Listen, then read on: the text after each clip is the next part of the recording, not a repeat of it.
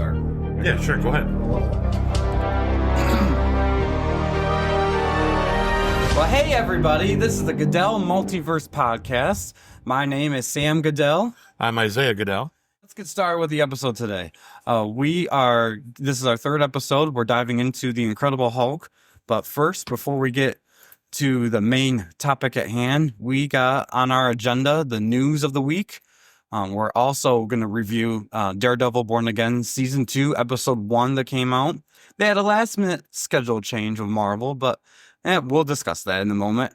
And then, of course, we're reviewing every MCU movie that's ever came out. We already did Iron Man 1, so if you haven't watched that or listened to that yet, go back, subscribe, like our videos so you can help get us out there a little bit more, and listen to our conversation on Iron Man 1. Yeah, this will be our official second movie on our March to Doomsday, basically. Yeah, March to Doomsday. Yeah, Perfect. I like that. That's perfect. Yes. Yeah. So we're reviewing The Incredible Hulk. So tune into our social media accounts too, by the way, because in case you miss an episode, we will post on there what we're discussing up next. And we want to hear your thoughts and comments and what you thought about those movies. So we could be able to kind of gauge what the audience thinks and what the world views these movies. And then we're, of course, going to give you our 2 cents here. Yeah, we like to hear your opinion as well, because it might be a perspective that we didn't think of. And it's all debate and fun as it is. So awesome. All right. So let's get things started with 3 different news of the weeks.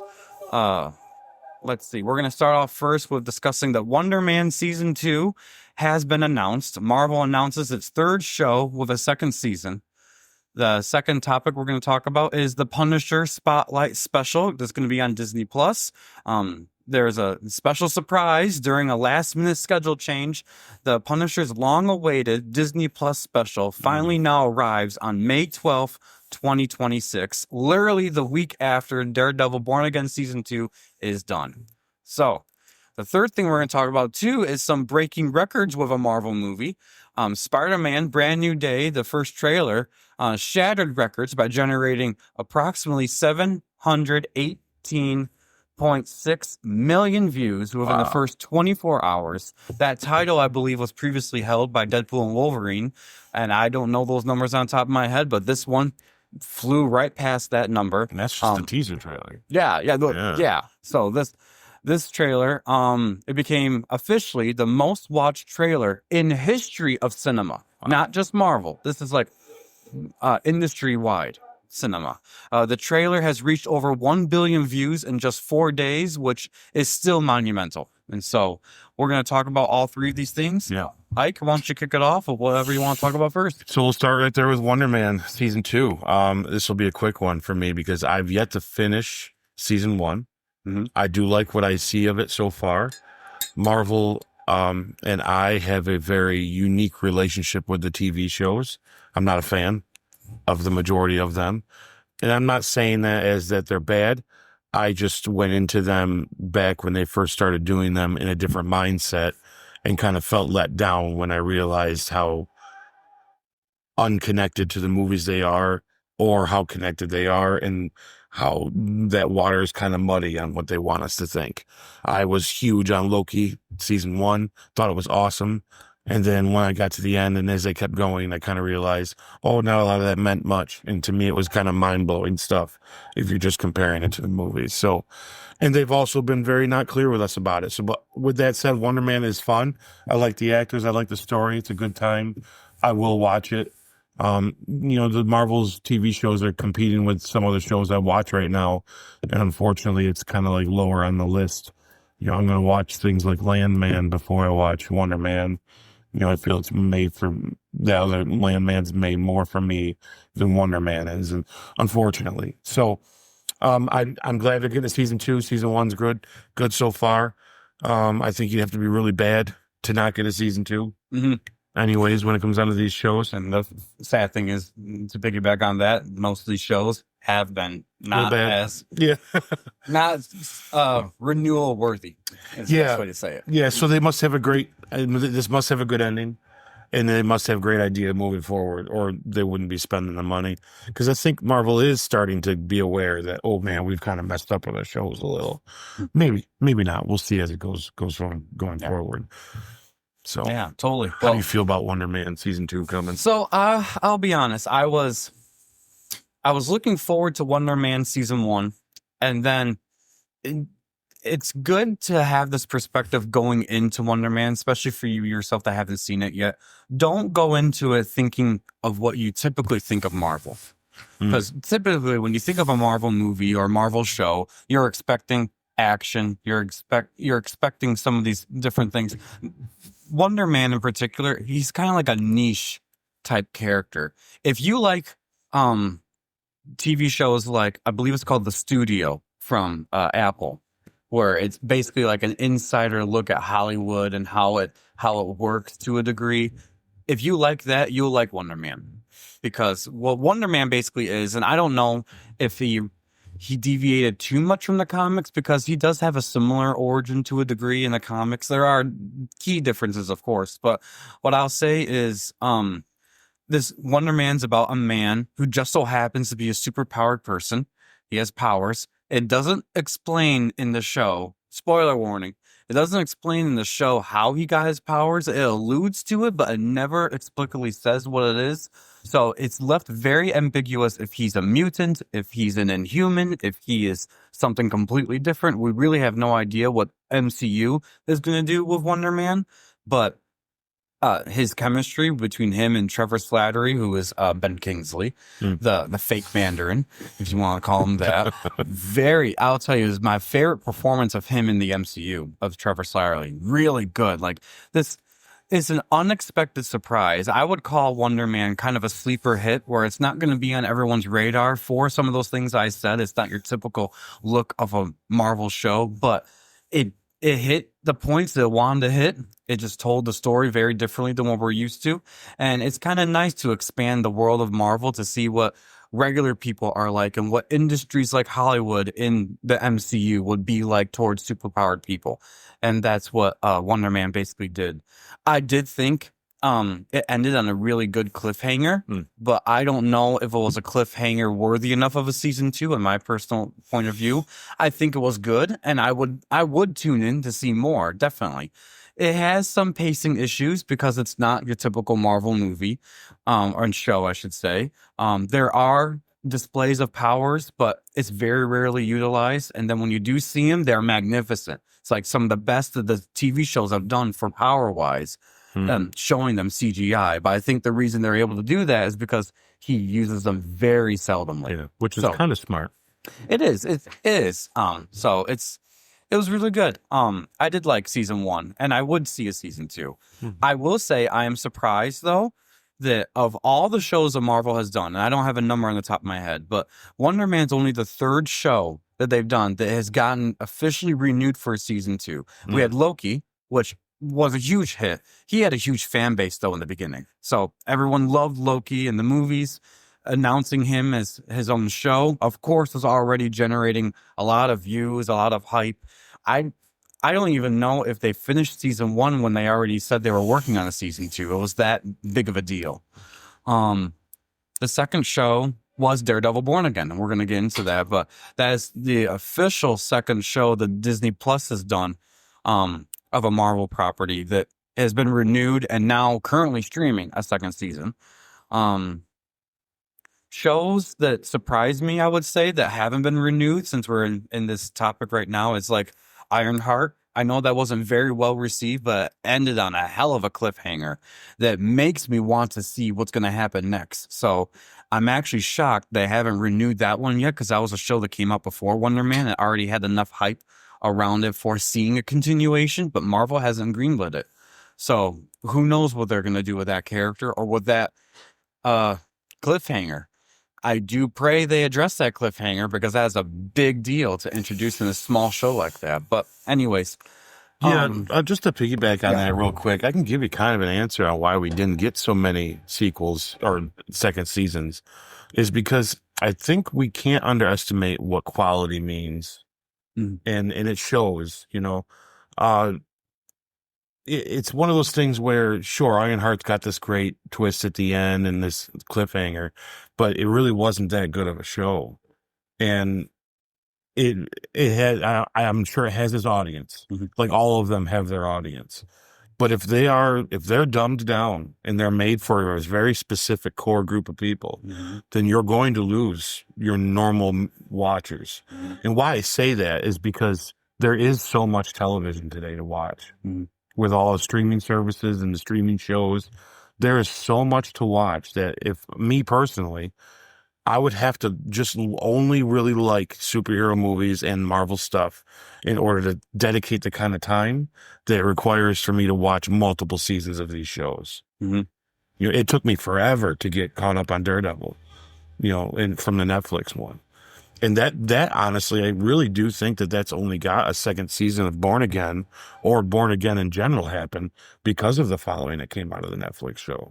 If there wasn't a following there, that would have been a one and done as well on Disney Plus. That's where these shows, I think, have failed. When there's things out there like, Yellowstone spinoffs, Landman, The Pit. I mean, you're talking some real quality, good shows that adults like me and you and our mother love to watch. And I'm not going to watch Ironheart season 2 before I watch the next episode of The Pit. And if that means, at 10 o'clock at night, that's my true choices. Ironheart takes a back seat, and it might be a week or so before I get to it, if I get to it at all. So that's where they're if it's quality, we'll be there. And Loki, no matter what everybody says about Loki, it was quality. It was real good. Those scenes between him and Morbius are amazing. The conversations, that writing that's there, that captures you. We'll talk about this when we get into Born Again today, because that has some of that for me, that writing that's there, and it captures that essence of what's going on. If it's there, I'll come watch it. If it's not, then I got better things I can watch right now, unfortunately. Their competition is so tough where, we can move right into the next one when it comes on The Punisher. They should be more like this one. If you don't have something that you think is going to be a knock out of the park quality-wise, then just give us an hour and a half special of this character and don't do these seasons anymore. To me, this is what Disney Plus Marvel stuff should be, is a Punisher hour and a half special of a story of his that probably will have nothing to do with anything that we see in the future. And if it does, it'll be cool for the people that saw it. But if you see him in Spider-Man and in other movies, you don't have to see this in order to see it. Kind of like the Guardians of the Galaxy Christmas special. Other than finding out that, Mantis is his sister, is that really a pivotal moment in Guardians 3? Not at all. You don't even think about it. In fact, when they even say it, they always talk about being family. So you can always take it as, oh yeah, you're my sister. Like, we're all family because we're all a group. So whatever happened in that Christmas special didn't mean anything when it comes down to the movies. That's how these should be handled more anyways. So to me, it's like Wonder Man's great. It's going to get a season 2. I'd have rather seen an hour-long special of this character, and then maybe, look, we'll do another one because you liked it. That's what a lot of those other shows could have done better as. And like with the Punisher, I'm excited for this. Like, he's not my favorite Punisher, but he's my second favorite because there's no other really good ones after him and Thomas Jane. What I don't like about Bernthal's Punisher is he's too emotional, which I know is kind of a hard argument because if you're making a long extended show like they're obviously trying to do, or extensions of him, because they don't quite have enough with him to make a continuing on show. I mean, they did a show for him on its own, but they kind of realized it was only going to do good on its own. So that's why they're doing this, because they know a season 2 wasn't going to happen, but he's likable enough to, we can do an hour-long thing of him, though. And that's what we're getting.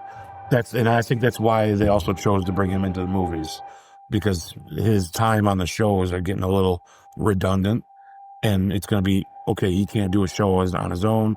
He's only going to be able to be in these other shows so many times before it doesn't make sense. So let's start putting him in the movies, which is fine, because that's where I think he should be anyways, is the movies. He's just too emotional for me.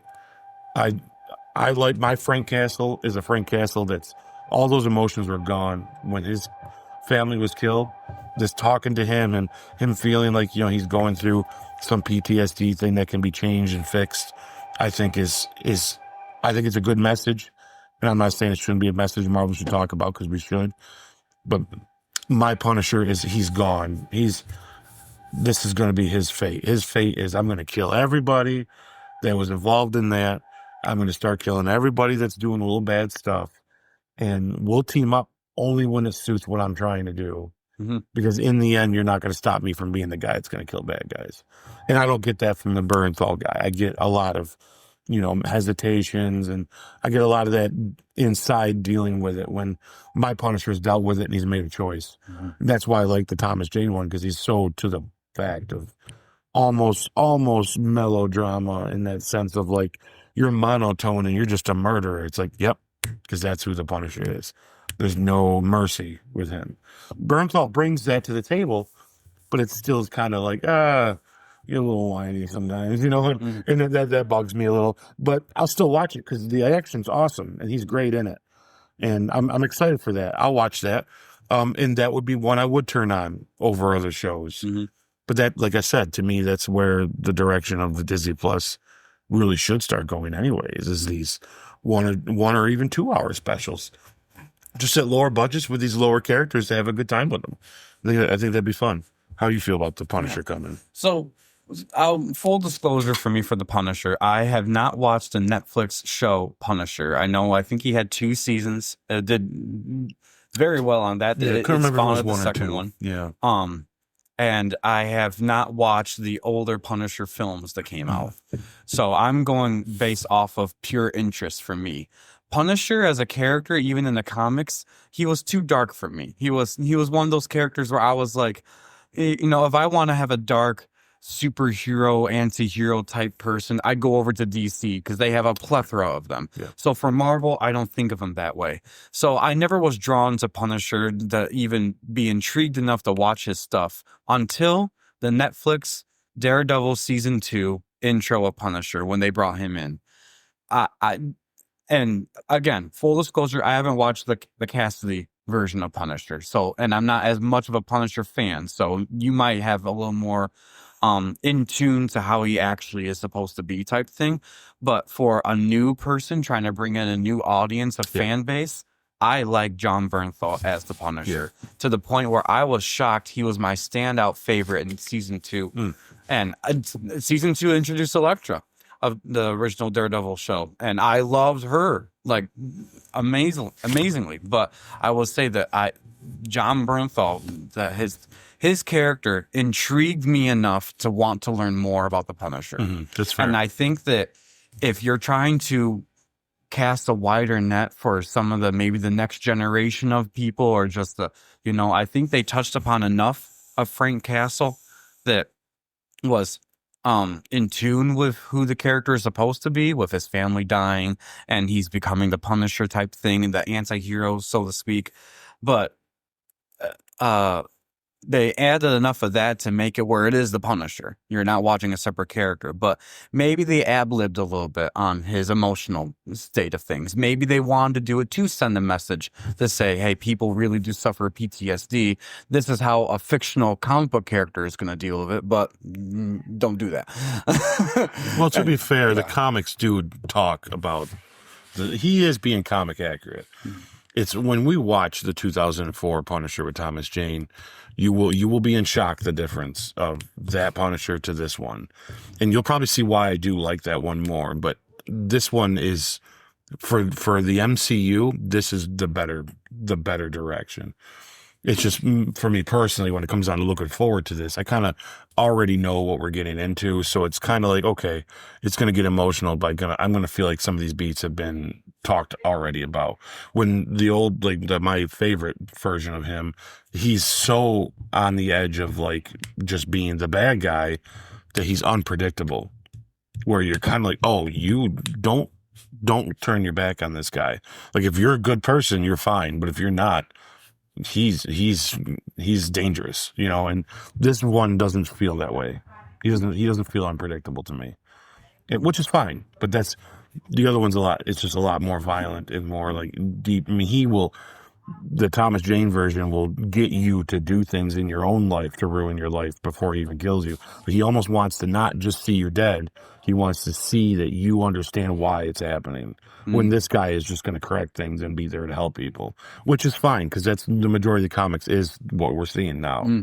But the Thomas Jane one will set people up to make them destroy their own life just to it's a more of a revenge than it is. It's not good enough to just kill kind of thing. And you'll see what I mean when we do get to that and how different that is. That I like how you phrase that, because it reminds me of Punisher. He's there to punish, not just I get it. You're gonna reap what you sow. You're not just gonna die. You're going to know why you're dying for sure. Yeah. Yeah. Well, I'm excited because I do like this Punisher. I will sometime go through and watch the Netflix show since it's on Disney Plus, those 2 seasons.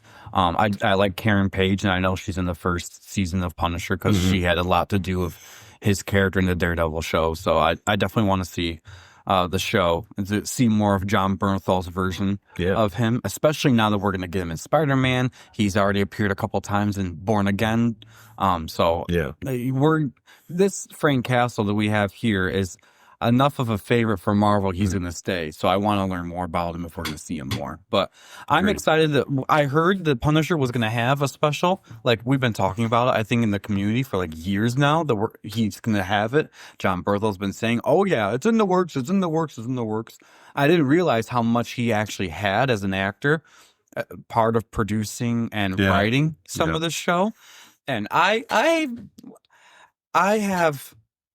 don't know if, how to say this properly, but whenever I hear of an actor or a talent saying that they're doing stuff in the project that they're working on a different level than is just their acting and their talent ability type thing, that their main talent, why they were hired to begin with. And we're going to talk about that when we get to the Incredible Hulk. That whenever I hear that they're doing stuff to it and they're integral in how it's being done, I have like this 50-50 feeling of it's either going to be really good, like he really loves the character that much, he wants to be involved in seeing him done right, or it's going to be, oh, this is not my show, just because I'm the actor and you have to pay me to be on screen. And if I'm not there, production can't go on, so I'm going to demand this, this, and this.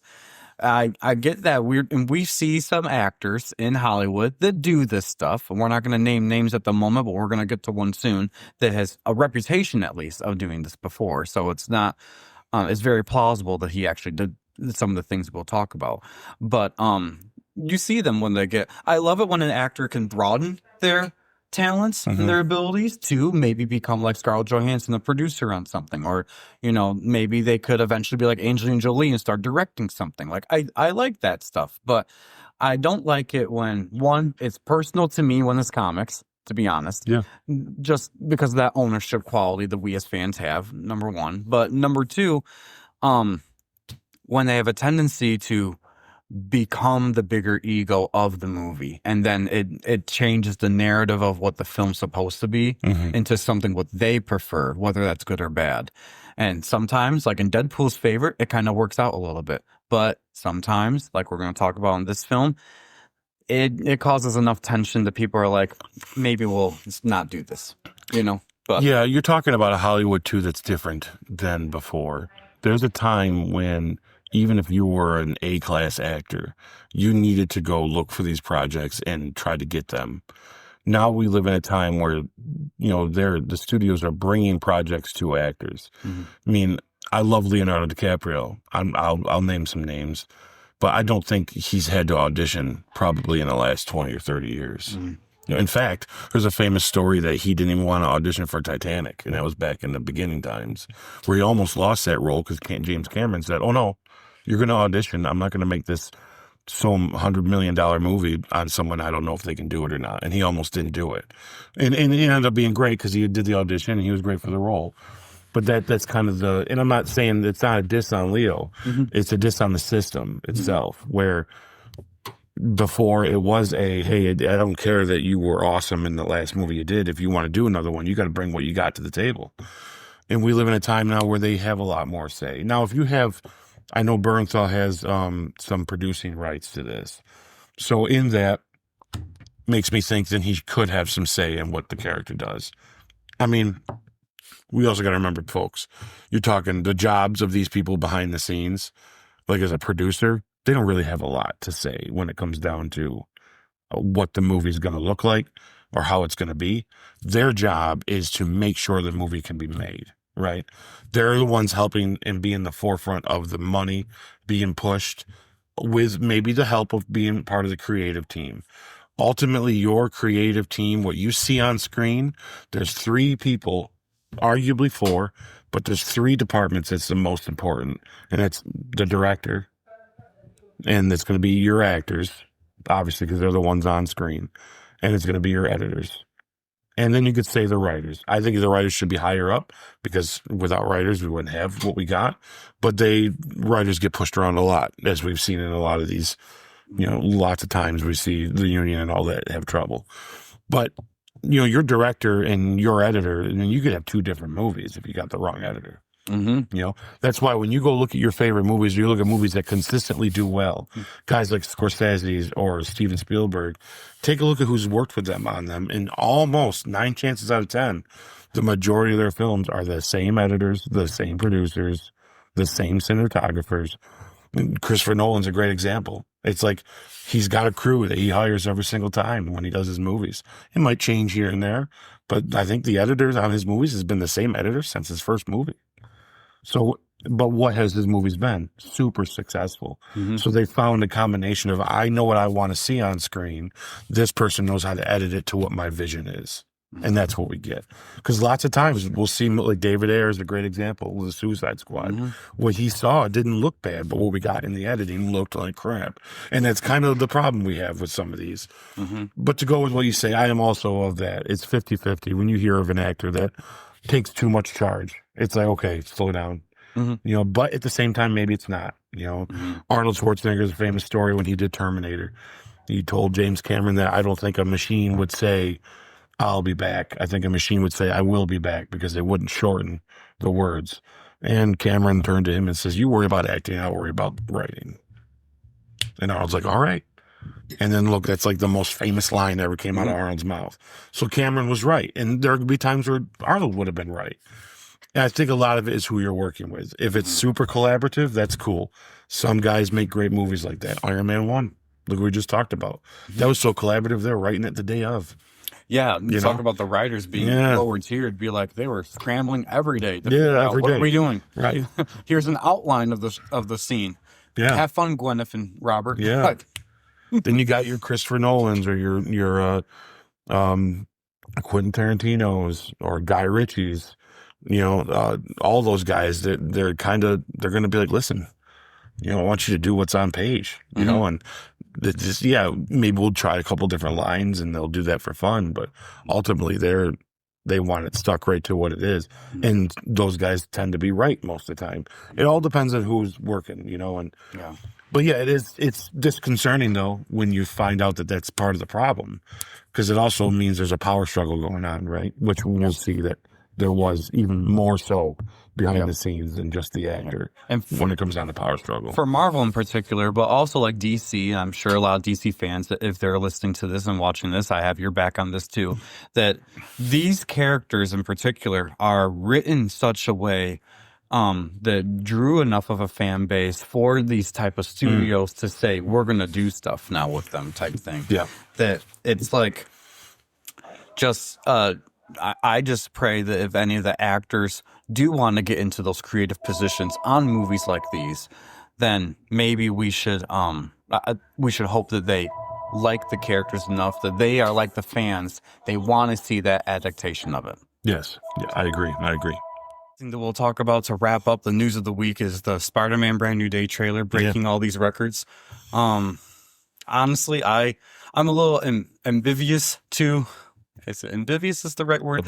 Oblivious, yeah, to these types of things when they happen.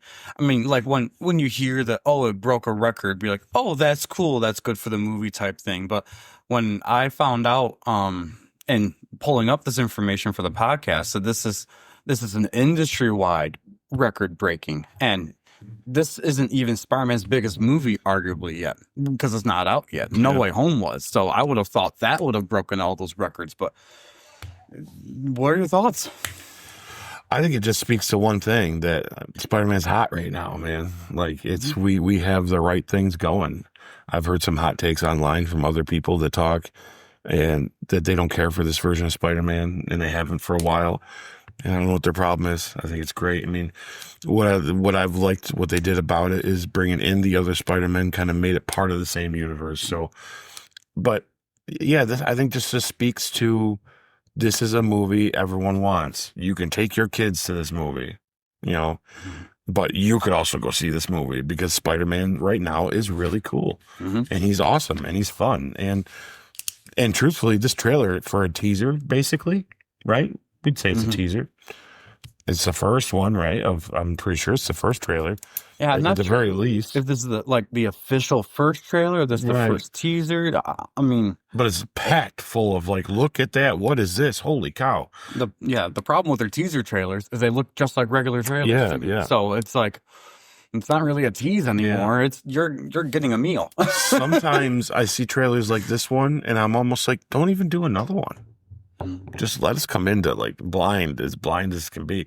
You gave us a sneak peek. That's a perfect one. Now, often that happens where I'm kind of like, okay, that first trailer was so good that you know it's coming. I mean, it's Spider-Man, guys. We know what we're getting into. You know, everyone that says, yeah, but what's the story? It's Spider-Man. You know, it's like if we give you much more of the story, we're almost going to give you the whole movie. Exactly. Yeah. So just go watch it. It's like with the Mortal Kombat one. I don't want to see any more Mortal Kombat stuff either.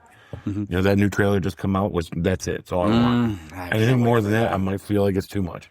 You know, I can't wait for that either. I'm more hyped for that. I mean, Spider-Man and that are like right up there equal for me when it comes down to like, I need to see that movie. Yeah. But I also like the last one a lot more than the majority of people out there. So, but you know, yeah, I think it just speaks to the popularity of this character.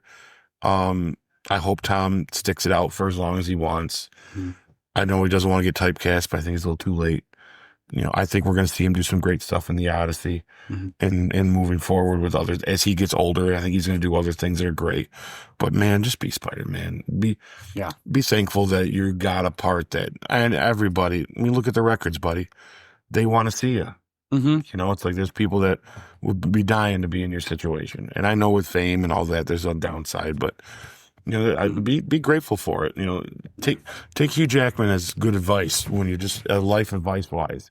You're never going to hear him say he wished he never played Wolverine. You know, he knows that Wolverine made him, and he's probably going to go out on Wolverine, to be honest with you. If we'll get an old man Logan when he's 70, I bet you $1 million. You know what I mean? 90. Yeah, until he's 90. Like, he'll be Clint Eastwood's age, sitting there as old man Logan. They'll let's do another old man version of it, and he'll do it because he loves the character and he knows that gave him. I mean, Tom, you've done great stuff. I like a lot of the stuff outside of what you've done.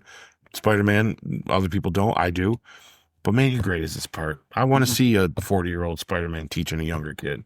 I want that. I'm down for something like that. So yeah, no, I agree. And Tom he's really young still. He's younger than me, and he's got a big life still to lead when it comes to all the other acting gigs he's going to get. If anything, Spider-Man just continues to raise his profile as he's an actor who could do his own movie, like demanding. You know how many actors that get into Hollywood that it takes them years before they become from that C actor to a B actor to from a background character to all of a sudden, what will they call it, like a co-star, to all of a sudden become the main star? Yeah. Not everyone could just do it just like that type thing. Some of them even have to do it because their parents were in it. Right. And there you go. You got in there. So Tom, you're doing great, man.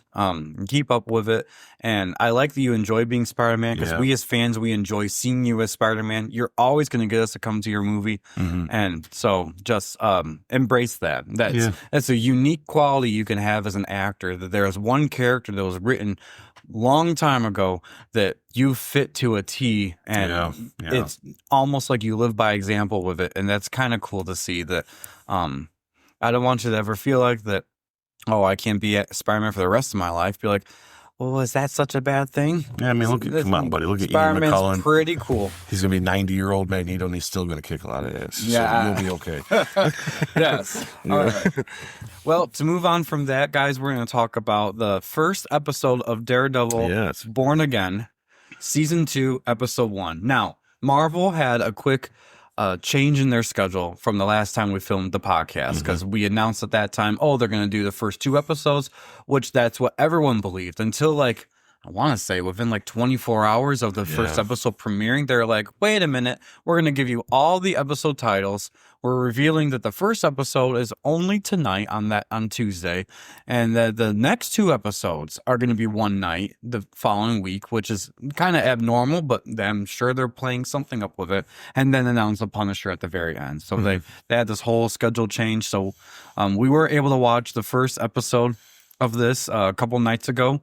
At least for me, it was a couple nights ago. I've tried rewatching it a couple times in the midst of my day here or there, just to keep it fresh in my brain. The only thing that I'm going to say is I love seeing Daredevil back. Like, that's the first thing I'm going to say, I should say. I love seeing him back.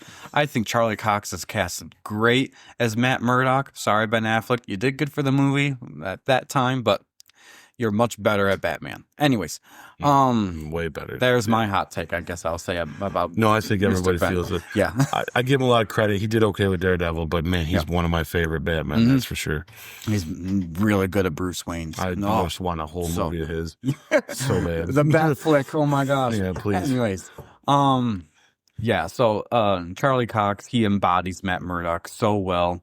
You could tell how much he's loved the character, because even after the show on Netflix was wildly successful, after that was canceled and they had to wait for legal reasons for like 4 years or something, and he still was pushing for a reboot, and they got it. And that first season, I know some people would say, oh, it's a little slow for Born Again jumping back into it. But remember, you're jumping back into it. There was a specific story that they wanted to tell with Matt Murdock of what's happened since season 3, which, if you don't remember season 3 of Daredevil, a lot of crap went down, and it was so good. Yeah. Anyways, and I love that Disney is at Marvel and studios in particular is recognizing that that was just a good show. Why are we going to try to remake that into something else with the same actors? Like, they had all the pieces right there. Just bring back the same people who did that, and you're just going to continue the success. And they're doing that.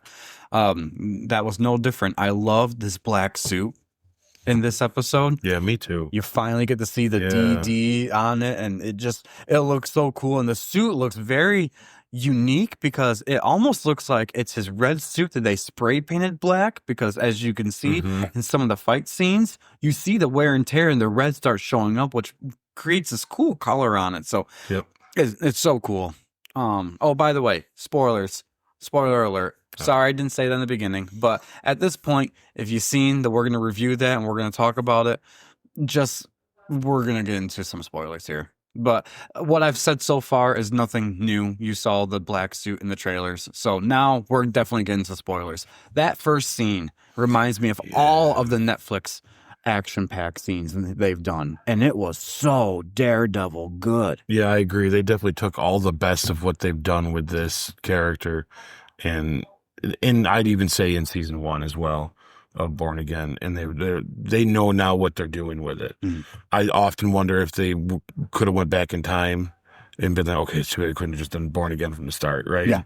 But it's okay to go through all the other stuff, you know? He looked great. The action is fantastic. I love the gritty, low budget crime feel of it. You can tell this show doesn't cost a lot to make.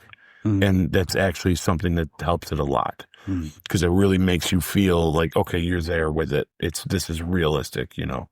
I enjoy that part of it for sure. Yeah, no, I agree. That's a good point to bring up there, because sometimes nowadays when you think of Marvel, you think of some of that supernatural type stuff, the superpowers and all that.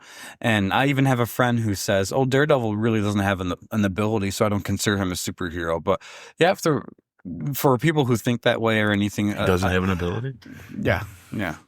I mean, your friend needs to rewatch it. Then. I mean, I don't think many blind people got sonar. Sorry, guy. Just because I understand it's a little different in the show, but it's not people are honing in on people's heartbeats like Daredevil is. Like, there's something to him that's very different than. And like we see in this episode, he layers all the sound and noise around him from miles away. He's able to layer and figure out what it is and what is closest to him and what's more important for him to go and do his. Yeah, there's an unspoken mutation there for sure. Yeah. But No, I agree. I would say though that I love seeing a grounded superhero movie. I think that's one reason why in the CW for DC, Arrow took off as well as it did, because Yeah. he's just a guy with bow and arrow, but he has such a great story and it was told so well that it started off their whole little their version of their multiverse there of all the DC stuff on TV. And I think that Daredevil, he doesn't need that bigger budget because it really is your basic bare knuckles crime fighting and solving and trying to take down a guy who's becoming politically ambitious, who's a really bad guy, and things like that. That you didn't need some of the supernatural stuff in it to make it good. It just was really good storytelling. Yeah. That's what Daredevil is. And so I love that. The characters to return, I was shocked how much Karen Page is actually in this first episode, and it sounds like she's going to be a big regular for the next season because she was one of my favorite characters in the first original Daredevil show on Netflix for those 3 seasons. I thought she was, at times she's a little bit whiny, but I think her character is supposed to be that way. Yeah. So, but I love that she's in it. She's one of my favorite characters. So cool to see. I struggle with her. It's the actress, unfortunately, and that's going to be just a taste thing. But it's sometimes I don't believe her. You know, I don't know. Sometimes she comes off as, okay, you need to just calm down and shut up. But I get it, and maybe there is a reason for that, and maybe that's kind of the character. Because I can say the same thing about Kirsten Dunst in the first Spider-Man sequels. I couldn't stand her at all. Or another great example is in Batman, his love interest. What's her name? Rachel. Yeah, Rachel. Okay, Rachel, do you want him to be Batman? You don't want him to be Batman. If he's not Batman, you're not going to be with him anyway. And this and that. It's like, he's just shut up. And, it's like I don't want you to be Spider-Man more. Why don't you want to date Spider-Man? Get out of here. It's like, and I'm not saying that's her problem, but sometimes I feel that with her where it's like, okay, you're just, you can kind of calculate the next time she's going to have an issue with something or be a problem with when it comes down to their characters and how they interact with each other. But no, she's great. And I think that what we got in this first episode is, as long as we keep it this, I'm going to be happy with it. So, yeah. Yeah, I'm excited to see what they're going to do. Some of the characters from the first season of Born Again that I wasn't really too into, like his therapist that he was dating type thing. Yeah. I do like the twist they did with her in this season. So it makes me really intrigued to see what they're going to do with that character, that now she's full on board with Wilson Fisk and doing it's very, when you think about like a political aspect, the dynamics of it is really cool and interesting. I wouldn't say cool as in like, oh, I want to be part of it. More of cool as in experiencing it and watching it type thing. Right.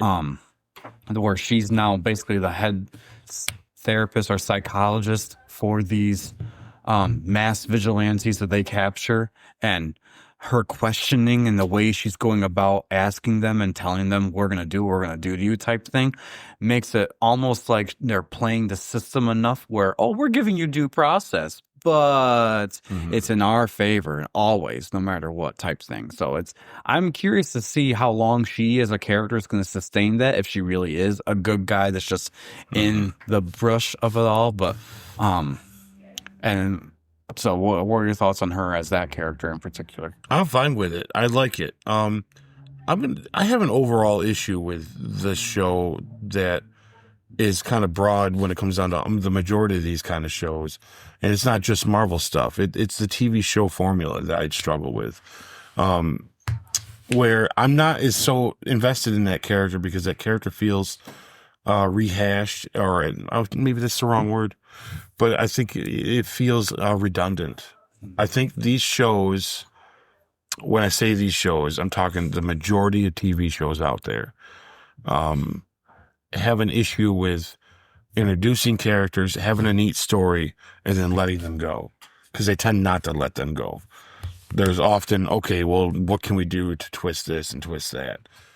So the problem that I have with these kind of TV shows is they have a lot of redundancy with their characters, and they tend to introduce people, put them in a really unique situation, and then, oh, let's give it a twist because they're going to be around for a while.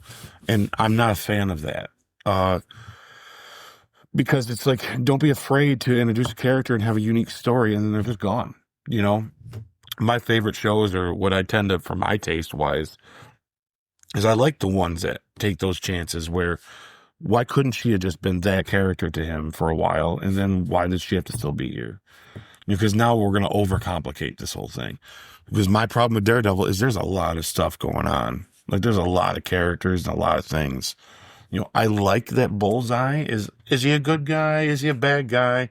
Clearly, he's kind of got his own agenda, and you fall under whatever category that is of the day for him. You know, he kind of saves Daredevil's butt in this one. Yeah. You know, with his identity, at least. Ooh. You know, for sure. Like, that kind of was out of nowhere. What a cliffhanger for that. Yeah, it's good, but at the same time, it kind of makes me go, you know, I don't know. It's like, so we're going to reuse this character now in a way, and you know, don't be afraid to do these things. I think the Born Again guys needed whatever they got for this season, they got already in the can. Mm-hmm. But I think if they're going to move forward, they need to go look at like what DC did with the Penguin. And spoiler alert, but you introduce a character in the Penguin that he befriends and becomes his partner and his friend the whole time. And at the end, Penguin still kills him. Mm-hmm. And you're like, whoa, what's that mean for more? It's like, well, it just means another character coming, a new one. And that, to me, is way more exciting. You know, that's something I liked about what Game of Thrones kind of had for it, was anybody could die at any time, which, you know, after a while you realize that's not necessarily true. But they weren't afraid to, you know, if we're going to go a different direction, we're going to go a different direction quick. And I like that. You know, there's a show called The Shield back when I was a kid. And they weren't afraid to just, you know what, we're just going to introduce a character. And guess what? That character is not going to amount to much, but he's got this specific spot to tell his story, because that's part of the story.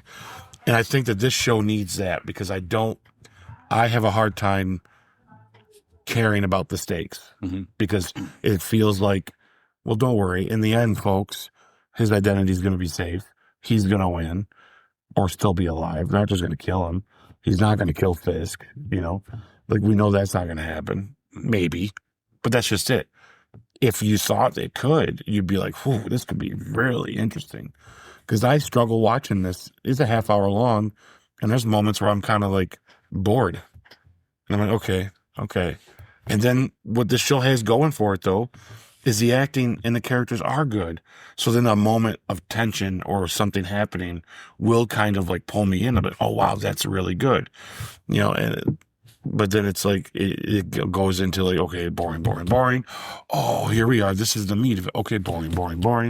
When, you know, I'm going to remember plot points of these series. When my favorite show is, I remember full episodes. Mm-hmm. And that's something Daredevil's failing for me to have. I can't think of one full episode of Daredevil where from beginning to end, I was like, that was the best thing I've seen on this show ever. I can think of scenes that are fantastic in the show. I mean, some of the best between him and Frank was that whole argument they had about when after Foggy died, you know, and Frank's calling him out on him being a vigilante. Fantastic scene in a whole episode that's got not a lot going on, right? Or that doesn't really, it's not as energetic, you know? I can tell you the very beginning, opening, and the very ending, in the middle of the very first episode of The Shield, because of how inventive and how unpredictable it was. And that show for 90 episodes stayed that way. You know, and there's other shows that's just a great example. And that's the best one I can come up with right now. I mean, there's others. Game of Thrones is another good example, where it's just like there's episodes of that show that I could tell you from the beginning to end are great. This show's got right now, it's got moments of seasons. And I'm not saying it can't be great. I'm not saying it's not great. I'm not saying it's not worth watching. Watch it. It's fun. It's a good watch. You know, and if it was an hour long though, I'd be watching something else before it. But because it is a half hour, it's a little easier for me to throw on, because I think they're close to an hour. They're about 45 minutes to 50. Oh yeah. But, yeah. Sometimes they're a little short, right? I mean, was this first one was a little, well, it was almost an hour, right? I can't remember. I have to look it up. It was pretty close. I felt like it was a lot shorter than I expected it to be, but But maybe the pacing is good. The pacing's good. That helps. Yeah. Because like that, it doesn't make you feel long, which is good. So and a good show will do that. So like I said, I'm not saying it's a bad show, folks. I'm not saying you shouldn't watch it. I'm just giving you my 2 cents on it, where I do feel like it could lose me quick if it just keeps getting redundant. Like, let's get crazy. You know, when they killed Foggy, I thought that was one of the best things they did, because it was taking a character everybody likes, character close to the character, to our main character, and kill him. You're good. You know, it's like, I'm not that I'm glad the guy's dead, but it's just good because it makes for a better story, you know? Oh, yeah. And we are in this really weird area where Fisk is clearly a bad guy in front of everybody. He's not even afraid to just be a corrupt piece of crap, you know, and everyone now knows it, really. I mean, yeah, he's tricking a lot of the main general population to vote for him and all that. But everybody that gets to know him knows that this dude's up to no good. Yeah. Well, you see in this episode, one of the things they brought on from the first season of Born Again to now is those little BB Urich, the independent journalist type clip art that she's doing, the clips of getting the real voice of New York City. But you notice in this first episode that she is almost like propagandizing. I don't know, I said that word wrong. That's good. Anyways, using this propaganda for the Mayor Fisk and his administration, what he wants to do and stuff like that, which you ask, it's the same thing in real life. You go down the street and you ask one person that may be viewing life or the political aspect in one way, how's it going to you? Like, oh, this is crap. I hate everything, blah, blah. You ask someone else that has a different mindset. Oh, it's nothing but roses and everything is so good. Yay. You know, so it's just part of the good example when you watch this episode of those clips, and then the other clips that they're showing of what Fisk is really doing, but they're using an anonymous mask thing, and it makes it look like it's Wilson Fisk, but it's not Wilson Fisk, obviously, you know, things like that. It's interesting to see how we as the audience are watching how they're propagandizing. I said the word again. Whose side are you on type thing? What is not the rose-colored glasses? What is really what's going on? Yeah. And I think that when you get in power, you can make things look as good as you want them to make them look. But if something is rotten, it's always going to come up. And I think that that's a theme we're going to see in this season, is that Wilson Fisk can only go so long with making it look like New York City has a new fresh coat of paint. But if the things are rotten underneath it, it's going to start peeking through. Right. And that's going to be part of Matt Murdock, not Daredevil. But yeah, that's one of the things I like about Daredevil, is that Matt Murdock is a lawyer going up against Fisk, but Daredevil is a vigilante going up against Fisk, attacking him on both fronts, which Fisk has this unique position of needing to be attacked on both fronts like that. Yeah. And now with this new character, Matthew Lillard, who great addition. Yeah. Great addition. Oh, great guy. I met him at Comic-Con a couple years ago. He's just really cool to talk to and just to be around. You know, he's one of those actors that actually wants to be around you. Yeah, he cares about his fans. Yeah. Exactly. Yes. Yeah. And he, his character, I don't think we really get a full picture. I don't even know if we get a full name of who the character is, to be honest, yet. But I might have missed that. What we do know is he has a direct line in DC to Julia Louis-Dreyfus's character, Valentina Allegra de Fontaine, that immediately tied that into the MCU and what we saw in Thunderbolts.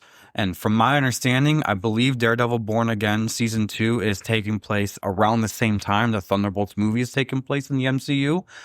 There is out there online real detailed, very excellent nerds, and I say that affectionately because I do love watching all your content, but we're all on the same nerd boat, okay?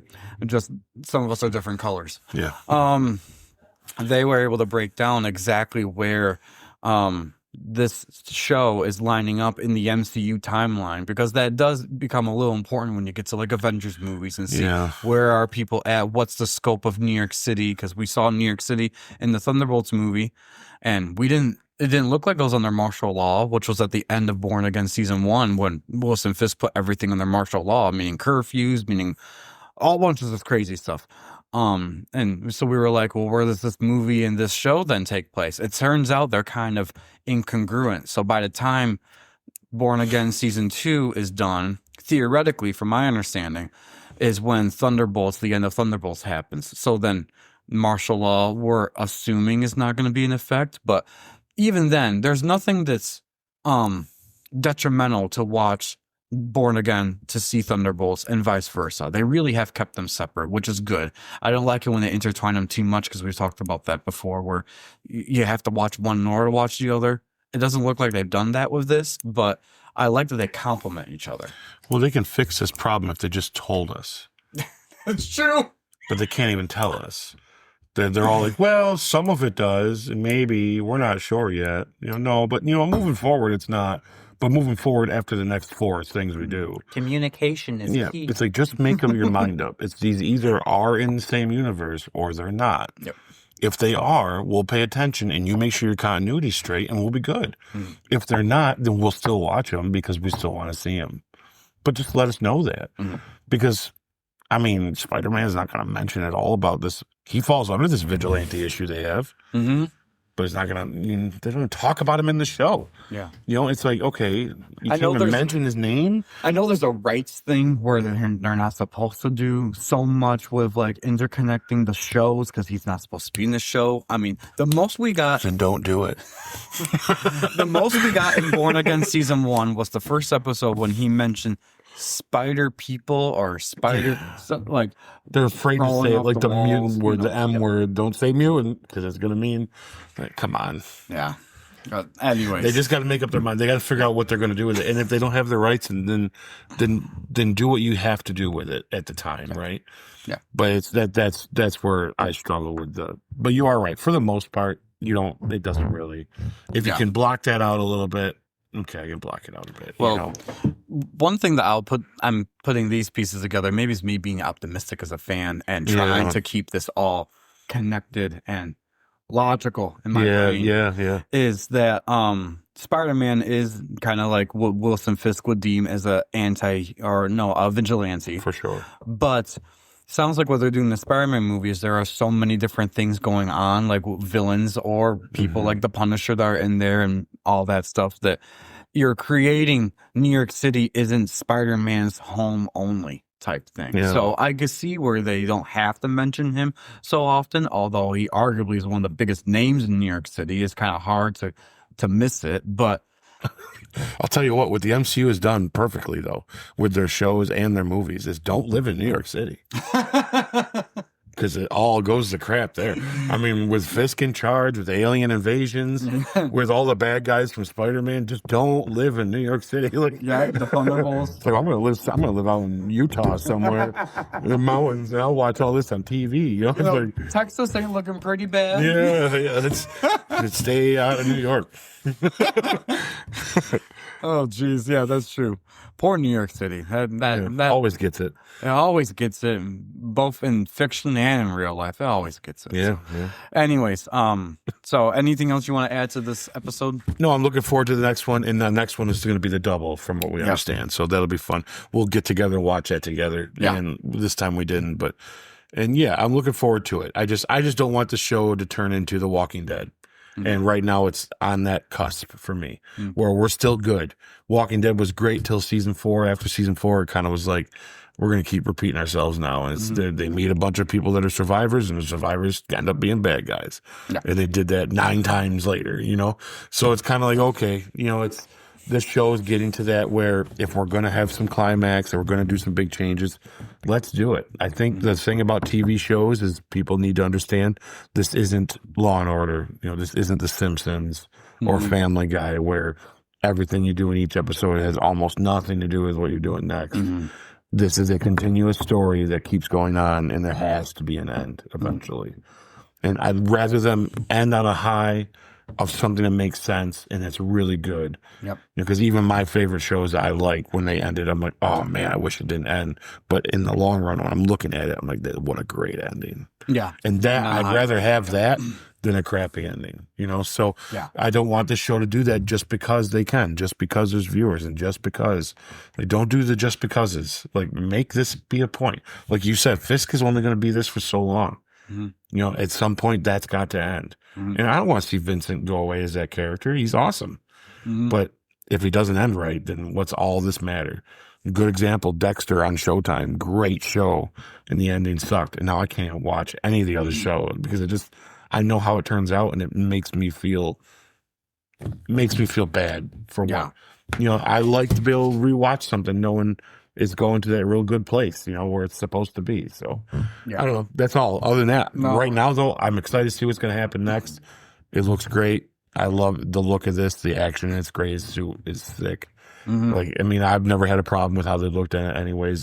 They've always done this show's done a great job with their looks, and I'm curious to see where they go with a lot of this stuff. And Matthew Lillard, what's that guy all about? I love that scene of him and Fisk and Fisk's wife at the dinner table there. Well, what a great scene, because it's like there's a power dynamic happening there. Yeah. Where neither one of them, I think, understand how powerful each one is. And that's going to be interesting to see how that turns out. I like that for Wilson Fisk because he is that type of character where he is used to being the big boss of his own crime syndicate that he's doing, and now he's in the world of politics, which great place for a corrupt person, to be honest. But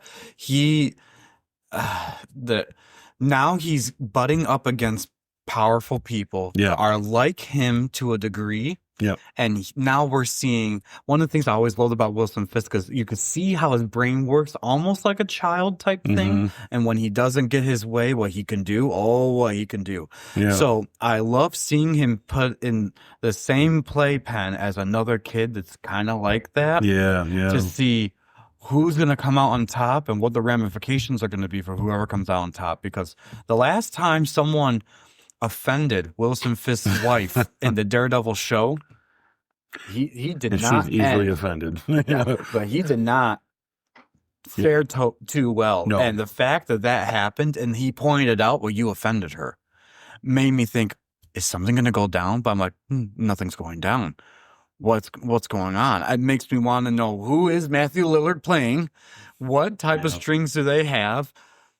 Oh, to see Wilson Fisk in the same room as Valentina Allegra de Fontaine or someone that's big and Samuel L. Jackson type Nick Fury, be like, what will that look like? Anyways. I love those moments in movies and in TV shows when there's a character that we know a lot about, that we know what they're capable of, and they meet someone who doesn't know what they're capable of, and we're in our minds, we're just like, dude, you don't know who you're talking to right now. Oh, boy. Oh, be quiet. Like, if you only knew who you said that to. And I love those scenes, and that's one of them. And that's something the show does real well, and I'm excited to see more of that. And Vincent D'Onofrio does an amazing Kingpin. He could play a scary. He's the nicest dude too, like in real life. But boy, he plays a scary guy real good. Just good. Just good casting. Anyways, so let us know in the comments below, by the way, guys, and send us a message on what you thought of the Daredevil Born Again Season 2, Episode 1. We did our little bit of highlights of our favorite moments of it and a little bit of a recap here or there, but please let us know what your thoughts are on that. And now we're going to move on to our main topic at hand. All right. So I'm going to have my brother here. He typed something up about this. So go ahead, give us the intro to this segment. So we are on our march to Doomsday. This is our second movie that we have watched in the MCU. It's technically the second to come out in the MCU, official. 2008's The Incredible Hulk. This was a fun one, guys. I went back and I looked to see what all the stuff that behind the scenes and how this movie got made. I'm going to run down a few things with you. First of all, I'm going to say this guy's name wrong, so I do apologize. But we're directed by Louis Leterrier. Could you say that was correct? A good way to... Leterrier? I don't know. Louis all I know is he did a Clash of the Titans remake. He directed Now You See Me, which is kind of a flop in my opinion, and Fast X. So nothing too huge or big that makes me go, holy cow, I can't believe it. But he's definitely handled big, spectacle before. I can't remember where the Hulk lies in. I think the Hulk came before these. So I think the Hulk kind of got him these roles. So, and as you can see when we get later on into it, it's not the big spectacle that we have a problem with when it comes down to this movie. So it's starring Edward Norton as Bruce Banner, Liv Tyler as Betty Ross, Tim Roth as Emil Blonsky, and technically the Abomination, and William Hurt as Thaddeus Ross, and Tim Blake Nelson as Samuel Stearns. Good important thing about this film is its beginning. It kind of starts out with failure. 2003, Ang Lee made a movie just called Hulk, which was not a clean success. It made money, but it was not a critical hit. Claimed to be too slow, not enough action, a little too psychological. It just wasn't up to par. But the box office was good, and it showed that there was interest in the character. So Marvel decided to let the Hulk be their second hero story that they play on their march to doing an Avengers movie, basically. But instead of a reboot or a sequel of the 2003 Hulk, so they decided not to reboot the Hulk, but it's definitely not a sequel to the one that was done in 2003. They called this one, and they quoted this one as a requel, which I've never heard before, and I still to this day have no idea what it means. And you'll see as we move on what complications that brings. Much like Spider-Man, though, we have to also remember Marvel has the complicated rights to the Hulk. In 2006, Marvel acquired creative control over the Hulk, but Universal had distribution rights. So Marvel could make any Hulk movie they want, technically, any way that they want to, but it was up to Universal to decide when and how it was released. And that can be, very contentious behind the scenes. Marvel did have rights to do whatever they want to do with this character. But Universal technically could have not have released it if they didn't like it. So they still kind of had, end say in it. Or they could have messed with when it was released or how it was released and how well it was taken out. And we'll see, so they're very careful about that. That's the main reason why the Hulk hasn't had a standalone movie since, because they don't want to take the chances of it not working. I mean, they worked it out with Spider-Man, but there's also, I think the deal in Spider-Man is a little different because there's more of a profit on both sides of what they had done with the Hulk at the time. And as long as he's a secondary character and the film isn't an official Hulk film, they can put him anywhere they want. That's kind of what the deal comes down. So like you see in Thor Ragnarok, and the majority of the Hulk story going forward in the MCU is told through other movies, which honestly has actually kind of worked for the character in my opinion, but we'll talk about that as these movies come up. Marvel did not want to do a full reboot. They thought that no one would be interested in a complete new origin story, but they didn't want the 2003 Hulk movie to feel like it's a tie-in. So their middle ground was starting the film with Banner already on the run and in hiding, and a strange, trippy montage of the accident that created the Hulk through Banner's eyes. So they had a way of like, we're going to give you a beginning origin, but not really jump into it. And let's just get into him being Hulk. And which I think, has its ups and downs. One big thing to remember is Marvel at this point as well was still trying to figure out just what it was going to become. According to Feige, Iron Man and Incredible Hulk were more experiments than they were planned out, seeing if it's even possible to link and make an extended universe. Also, at this time, there were some leadership changes going on behind the scenes. A power struggle between producers ended with Kevin Feige rising to control by the end of the production. So technically, Feige wasn't your head guy at Marvel when it comes down to these characters until after these movies were made.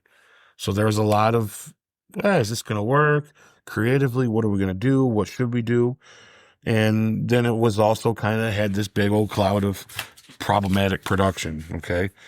So ironically, the director did not want Edward Norton as a character, Bruce Banner at first. He actually wanted Mark Ruffalo, which is kind of funny because that's who ultimately becomes Bruce Banner later on. Either way, Norton got the role. It's not quite certain on what happened there. I think Ruffalo actually said no, and they kind of decided to stick with Norton, but I never did find anything concrete on why they ended up going Edward Norton at the time. So he got the role, and as soon as he had the door open, he started rewriting large portions of the script. He wanted a more darker, more character-driven story, like a serious drama. The original writer, Zach Penn, did not agree, nor would the Writers Guild credit Norton with a writing credit on the film. So there's a lot of issues there where he did do some rewrites, but they wouldn't credit him because they didn't agree with it. But once he was already in it and the filming had already started, money was already being spent, and you're kind of stuck with what you got. So when you have your main writer and your actor trying to do different things, you got a lot of heads button, and I think that's something this movie was played with. There's major creative conflict during the editing. Norton wanted a longer, deeper cut of the film. Marvel wanted a faster, more accessible movie as for audiences.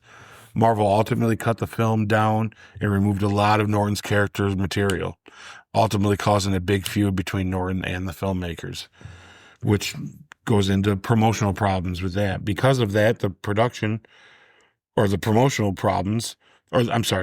problems bled into the promotional issues as well.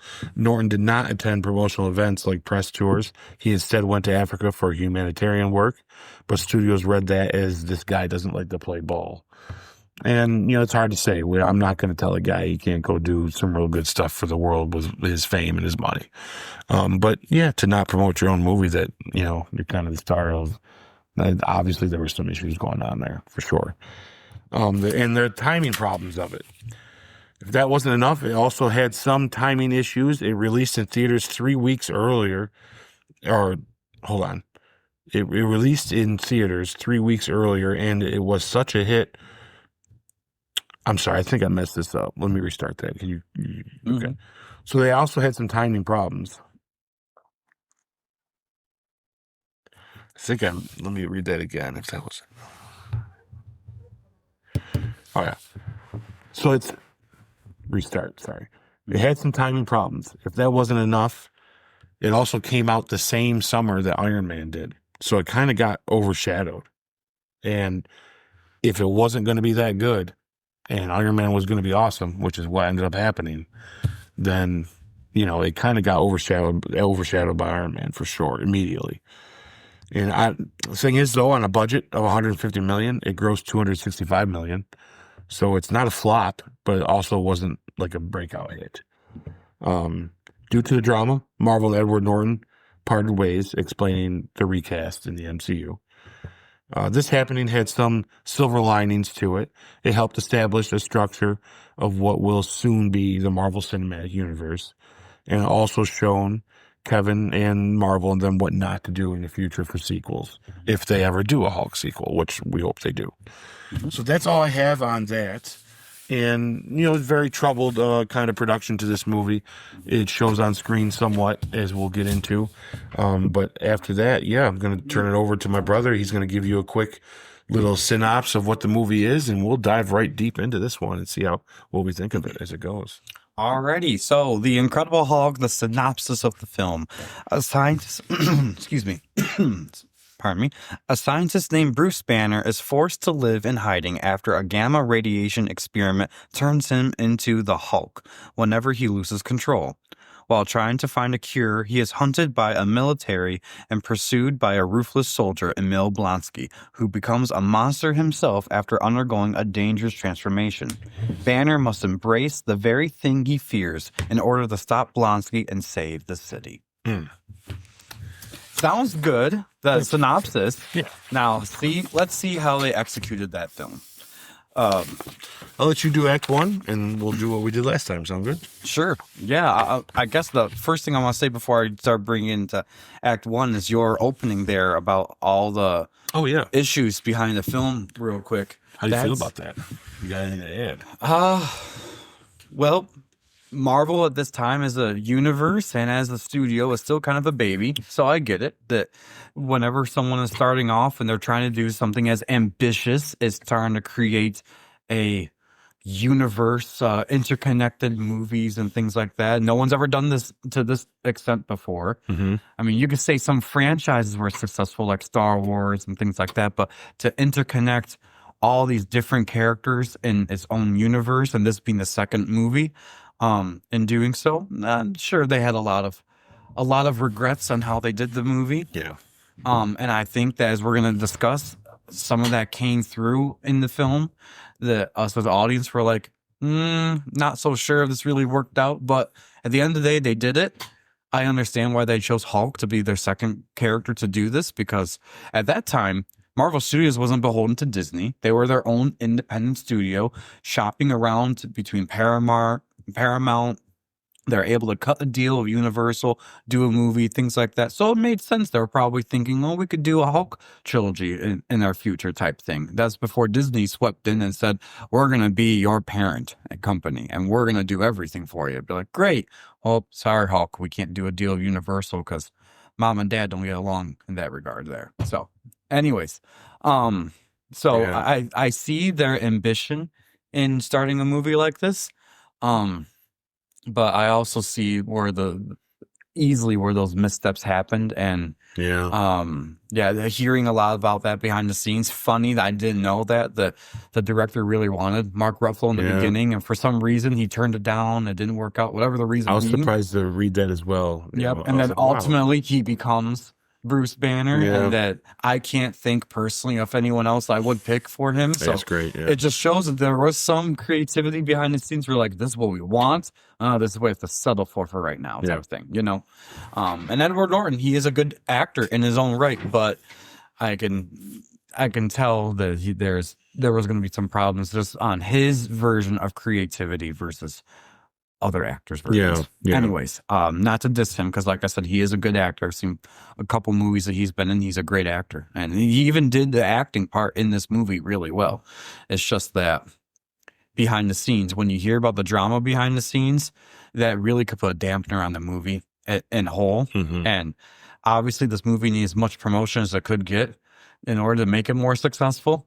And so it's a miracle that it made the money that it did with the drama that it seemed to have coming from it. But it made money. Anyways. Yeah, the defense I give to Ed Norton and his way of thinking with it is this was at the beginning stages, right? So I think when this movie was pitched to him, or I don't know if he came to the project first or project come to him, but I think he looked at it as, look, I'm probably only going to do one of these. Mm-hmm. You know, I know the idea of it being a not multiverse, but a connected universe was there. But I still think at the time, most of them thought this might not work, right? Because they've seen it fail. Yep. You know, and I think he thought that, and I don't think he's the actor for that, though.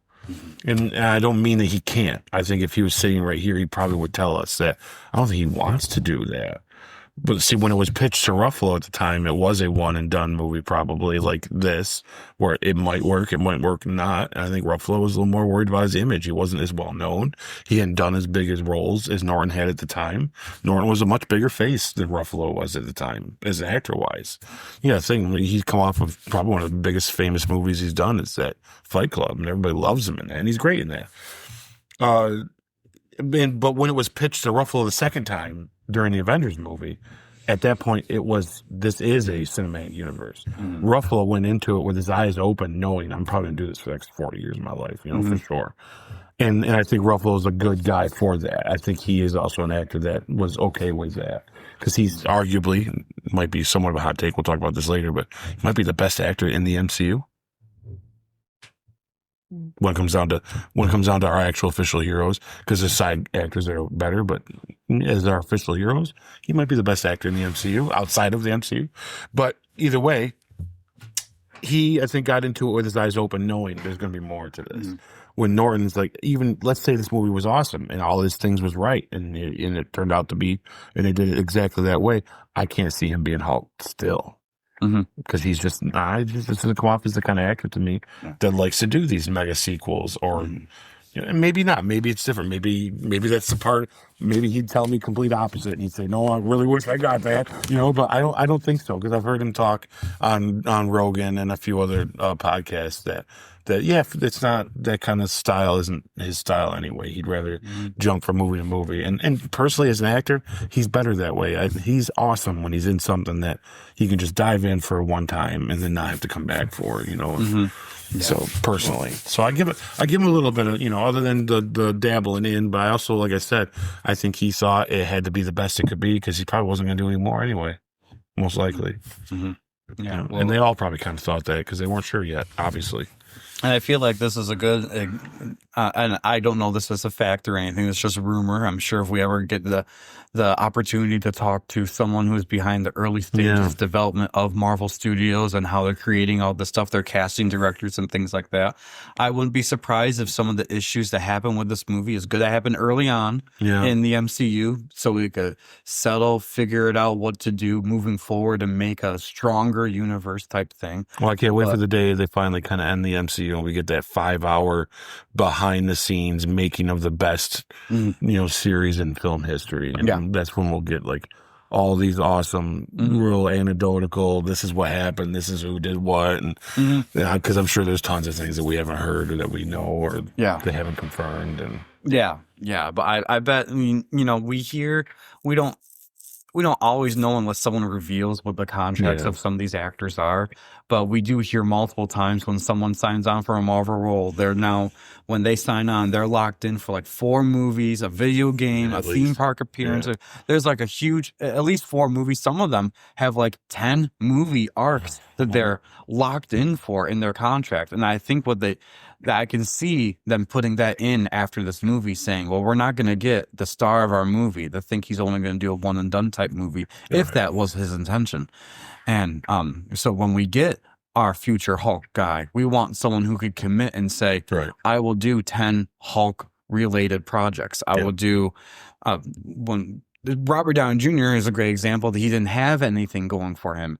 That's why he was so good at the role, and well, not just good at the role, but he poured his whole life into it, and so he owes a debt to Marvel in that sense of you revitalized my career. So it was easy to have him sign something to say, I'm going to be Tony Stark for like 10 Avengers movies. We have no idea, but I don't know if that I had to guess that wasn't the first contract. I bet it was, let's do this and see what happens. By Iron Man 2, I bet it was, at least was agreed through Avengers. And then I think the contracts got bigger and bigger because it was obviously this is working. And then you had a little more stability with a studio that now was bought by a parent company that had that money flow stability type thing. Or Marvel's just doing what they could do to, I'm sure that when Universal partnered up with Marvel Studios to do the Incredible Hulk, allowed the finance stuff. I know the Marvel Studios made the film, but between promotion, distribution, and I'm sure some production management, something. There had to have been something from Universal to say, hey, we're going to help you do this because you are a new company that you were very successful here. I'm sure there's some details for sure. Yeah, definitely. It wasn't like DC where they were always part of under Warner Brothers, from my knowledge. They for the longest time. So they had stability, financial stability for their characters. It's just they didn't have the architect like Kevin Feige to usher in an actual connected DC universe the way Marvel has been able to successfully do. So if only they had comic books they could do it off of. Yeah, exactly. All right. So no offense, DC, I guess. Do you want me to read the Act 1? Yeah, you go ahead and do Act 1 and we'll talk it like we did last time. Okay. So Act 1, the beginning. Let's see. Scientist Bruce Banner is on the run in Brazil, living in hiding while searching for a cure to rid himself of the Hulk. We learn through a quick montage that a failed experiment turned him into the uncontrollable creature, making him a target of the U.S. military led by Thaddeus Ross. When Bruce Banner's location is discovered, a military raid forces him to transform and escape, destroying everything in his path. Realizing he couldn't stay hidden forever, Banner returns to the U.S. to reconnect with Betty Ross and pursue a potential cure with the mysterious scientist, Mr. Blue. Okay. All right. I will admit, before we get started, that I had a hard time filling in our questionnaire that we had here. Just because I don't know if it was the movie started lagging down for me, or I couldn't think of the standout moment like we have in our questionnaire. And I'm like, you know what? I'm just gonna shoot from the hip when we did this episode and be like, this. I'm gonna do the best I can with answering this. But why don't you go ahead? What do you think worked for the first act? Oh, not much. Yeah, I wish this movie. And boy, we said this before we went on air.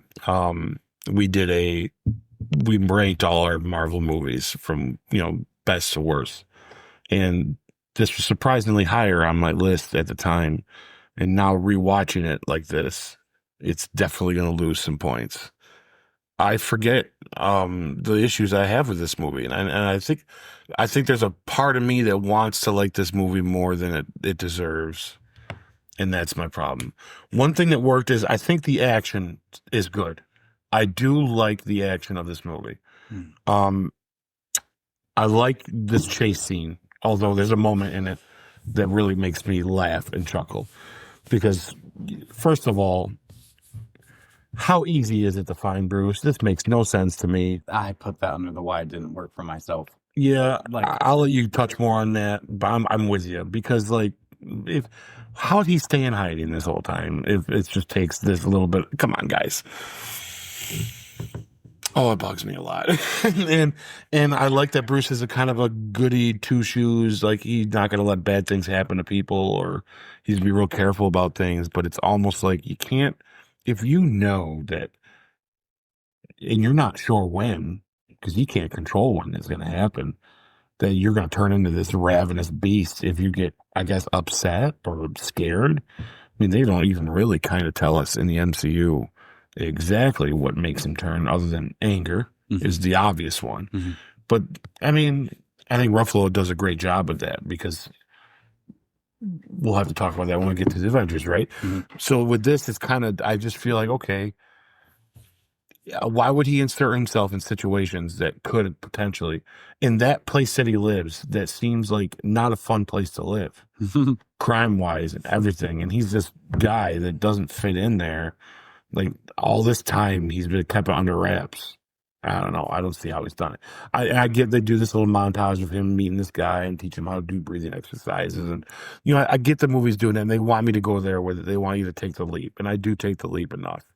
But there's a moment in this when they come for him, where when they're coming for him, first of all, if you don't want to make a lot of noise, or you want to make it so you don't know someone's coming, why would you shoot the dog with a tranquilizer dart and it yelps and cries? It's like, if someone hears it, they're going to be, oh, that's odd. Wouldn't you just let the dog bark? Because that's usually what that dog's doing, obviously, all the time. I feel like there's people there that hate that dog, because that dog's probably barking all the time, all night, all the time. So why would you oh, by the way, we're going to have randomly him. You don't think it's going to make him go, oh, that's different, right? Like, okay, there goes your coming in silent kind of crap. Then it's nighttime, right? It's the middle of the night. People are sleeping, right? Isn't that what's going on? So when they bust in and he's on the run, you realize 10 seconds later, he comes around this corner, there's a bunch of kids playing basketball, and it's daytime all of a sudden. Man, they messed up big time, this movie, continuity wise. They just were I bet there's a lot of struggle in there, a lot of fighting about what are we going to do next? How are we going to do this? What's this going to mean? And it just didn't work for me, man. It just didn't work. The chase scene itself is cool. The action looks good. I think that's the problem I have with it. I'm like, man, you got these actors that are great in their spot. And then there's oh, man, this movie kind of sucks around it. Yeah, I have trouble with this one. So what worked was, I believe I will take the leap and say him working on himself and keeping himself under wraps as the Hulk himself coming out. I get it. There's a guy teaching breathing exercises. That worked for me. It does work. Little unbelievable, but it's a superhero movie. I'll take that for what it is. Continuity wise, it sucks. It's just not there. What didn't work is, they just found him. It's this. You found this guy way earlier if it was that easy, A standout moment to me is, I got to say, is the action. I'll tell you, like I said, that's the only thing that sticks out. I could care less about 90% of what happens in the beginning of this. And for the record, that montage is so melodramatic and I don't know, man. It just did. When I watch it this time, it's almost embarrassing. I'm like, oh wow, you're taking good actors and they look awful in these moments. And I'll when we get to the end of our overall thoughts, I'll dive deeper into this, but I still think that to me is some proof that they should have done an Origins movie and just make it a reboot to forget about the 2003 Hulk and do an Origins movie. But I have a small little pitch. We'll show at the end. We'll talk at the end for that.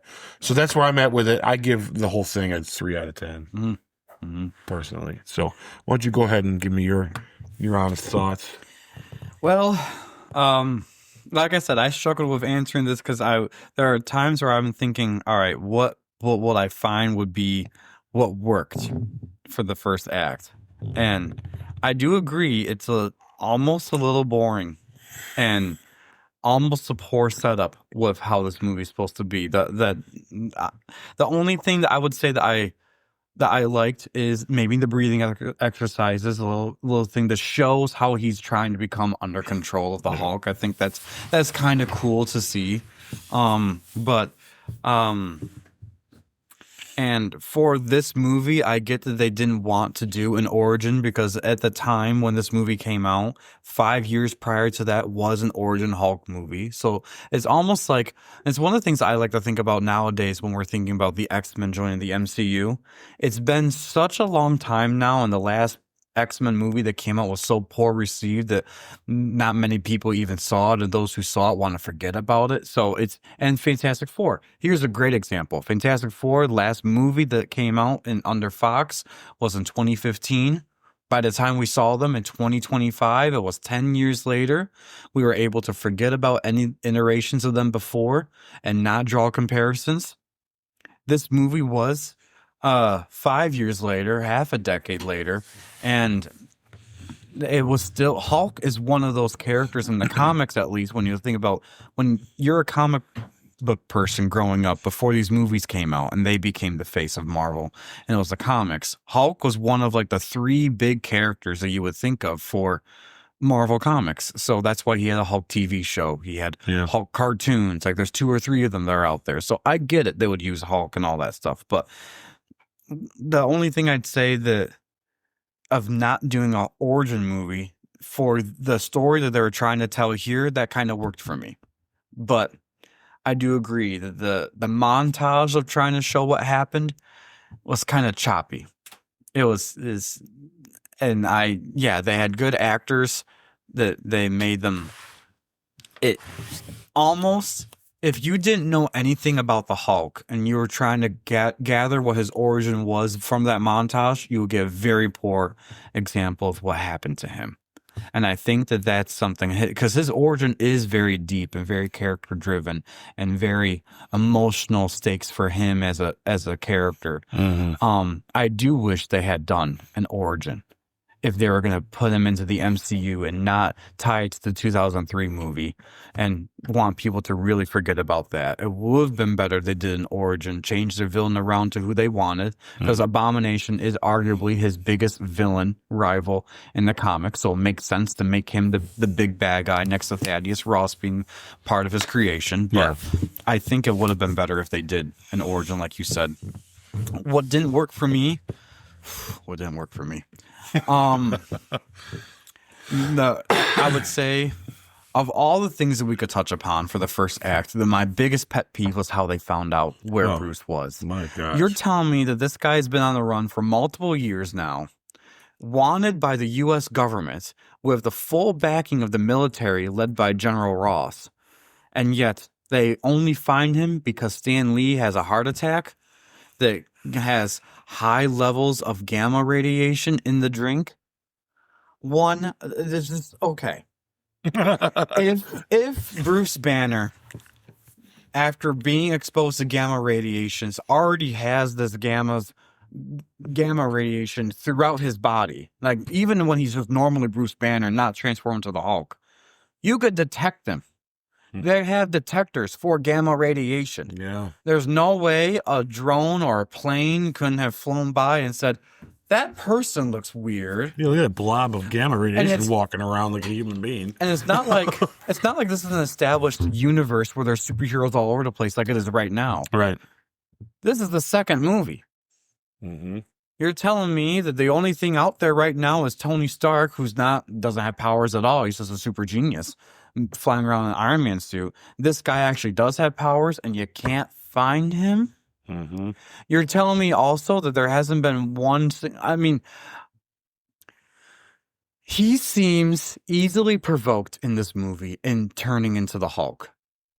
So it does surprise me with the area that he's living in and the crime that is very obvious. Yeah. Even that one little scene of him trying to defend his female coworker from the pervert that's there wanting to hit on her and almost made him angry. You're telling me that never happened daily and he never transformed to the Hulk? For someone who's supposed to be unstable in this and this infancy of him becoming the Hulk, I'm sorry. There's a lot of holes in the structure of this film in the beginning. It does get better, but for an opening to set the universe up, or not the universe, but to set the movie up to what you're going to see, there's a lot of holes. They even indicate later on in the Avengers movie that they already know where he is. Yes. They Black choose not Widow. to go after him. Black because Widow and S.H.I.E.L.D. already knew where they were, Right. but yet... S.H.I.E.L.D. just figures it's better to leave him. Just leave him be. Mhm. You know, he's kind of our nuclear option, right? In a way. But it's funny that S.H.I.E.L.D. couldn't then intervene with Thaddeus Ross in doing a military operation in a foreign country. You know, Yeah. in real world talk right now, just to reference it for this moment here, we recently had a military raid in another country where we captured a leader, like within the past month or two. The coordinated efforts to get something like that done was insane. Yeah. Yeah. So to go after the Hulk like this, Just send a bunch of guys. Come on, you're not ready for this guy? Yeah, you're not ready for him. Like, it's just, they've already seen what he becomes. Mm-hmm. So it's like, what are these guys going to do? it's like, I'm trying to figure out a way to how they could have made that better other than just rewriting that whole beginning. Yeah, well, it just shouldn't have been part of the story. Mm-hmm. But yeah. Yeah, but anyways, regardless, that was my biggest pet peeve is how our in the U.S., our departments, our government would have figured out a man dying of a reaction to a drink somehow gets transferred that information over to the military so he could do a strike. Isn't that like a health and human services issue at best? That there's an FDA problem with this thing, you know, like, and we know how government works, ladies and gentlemen. That camera's off. We know how the government works. They don't communicate with each other well, if any. So this is going to be executed properly within our government. I'm sorry. It just makes it 3 weeks unbelievable. to get a license in the mail. I can't imagine they figure out that this soda did what it was supposed to do. Yeah. All right. Sorry, there are technical difficulties, but it's just that whole thing. Unbelievable. Yeah. So, standout moment, I have to agree with you. The action that they've done for this movie is really good for Hulk action and military going against him type thing. Like, we can nitpick on how the military attacked him and how they should have been more prepared, as we just laid out. But in all honesty, the action part was not. I actually found, and I wrote this as part of the, and I'll touch upon it as when we get to Act 2. But this movie knew what it was doing when it came to an action movie. Yeah. It didn't know what it was doing the rest of the time. Agreed. And I think that was reflective in either the constant changing of the script or the drama behind the scenes or things like that. Like, because after a while, you can only act your way through so much before things just start getting annoying to you. And then it shows on your face and your mannerisms. But it often makes me wonder what stuff they cut out that Edward and them had filmed that maybe would have made this feel more. Mm-hmm. Maybe his version was what we needed. I mean, I kind of wouldn't mind seeing it after seeing this. It kind of makes me go, what was his then? Because Release the Norton cut. No, just Yeah, kidding. we want the Norton cut. Anyways, 4 hours of it. Please. Yeah, don't do that. so my overall score, I was a little more generous than you. I think you gave it 3 out of 10. Yeah. I gave it 5 out of 10. That's it. But even Reasonable. that is still low compared to what it could have been. Oh, yeah, for sure. So, yeah. All right. Sure. I'll let you start off Act 2 then. All right, Act 2. So it's going to be kind of the rising conflict, okay? So, back in the U.S., Banner reunites with Betty and tracks down Mr. Blue, revealed to be Samuel Stearns. Stearns claims he can cure Banner using gamma research, but complications arise when the military closes in again.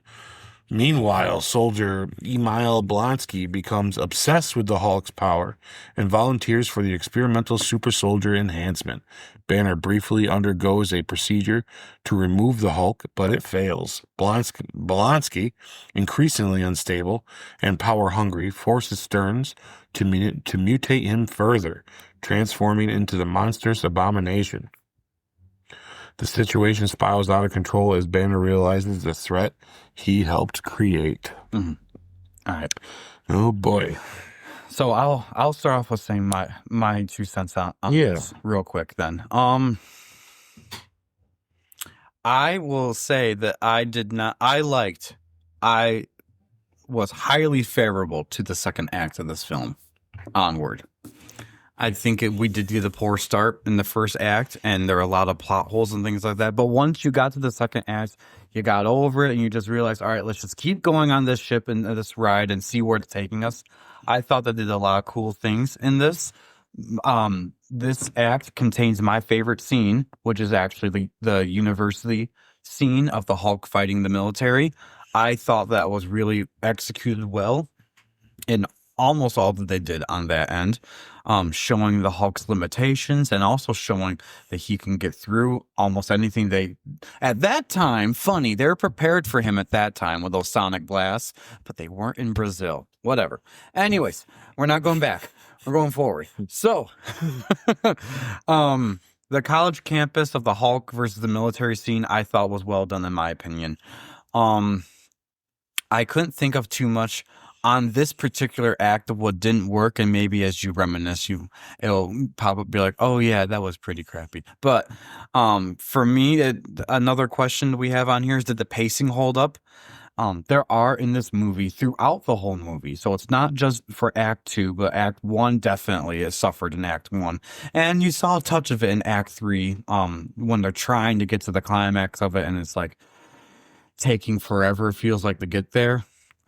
Which makes me worried if there is a 4-hour version of this out there, the Norton cut, if it's more of this, because it already seemed a little long-winded for a movie like this anyways. But regardless, I think there are some pacing issues with this movie.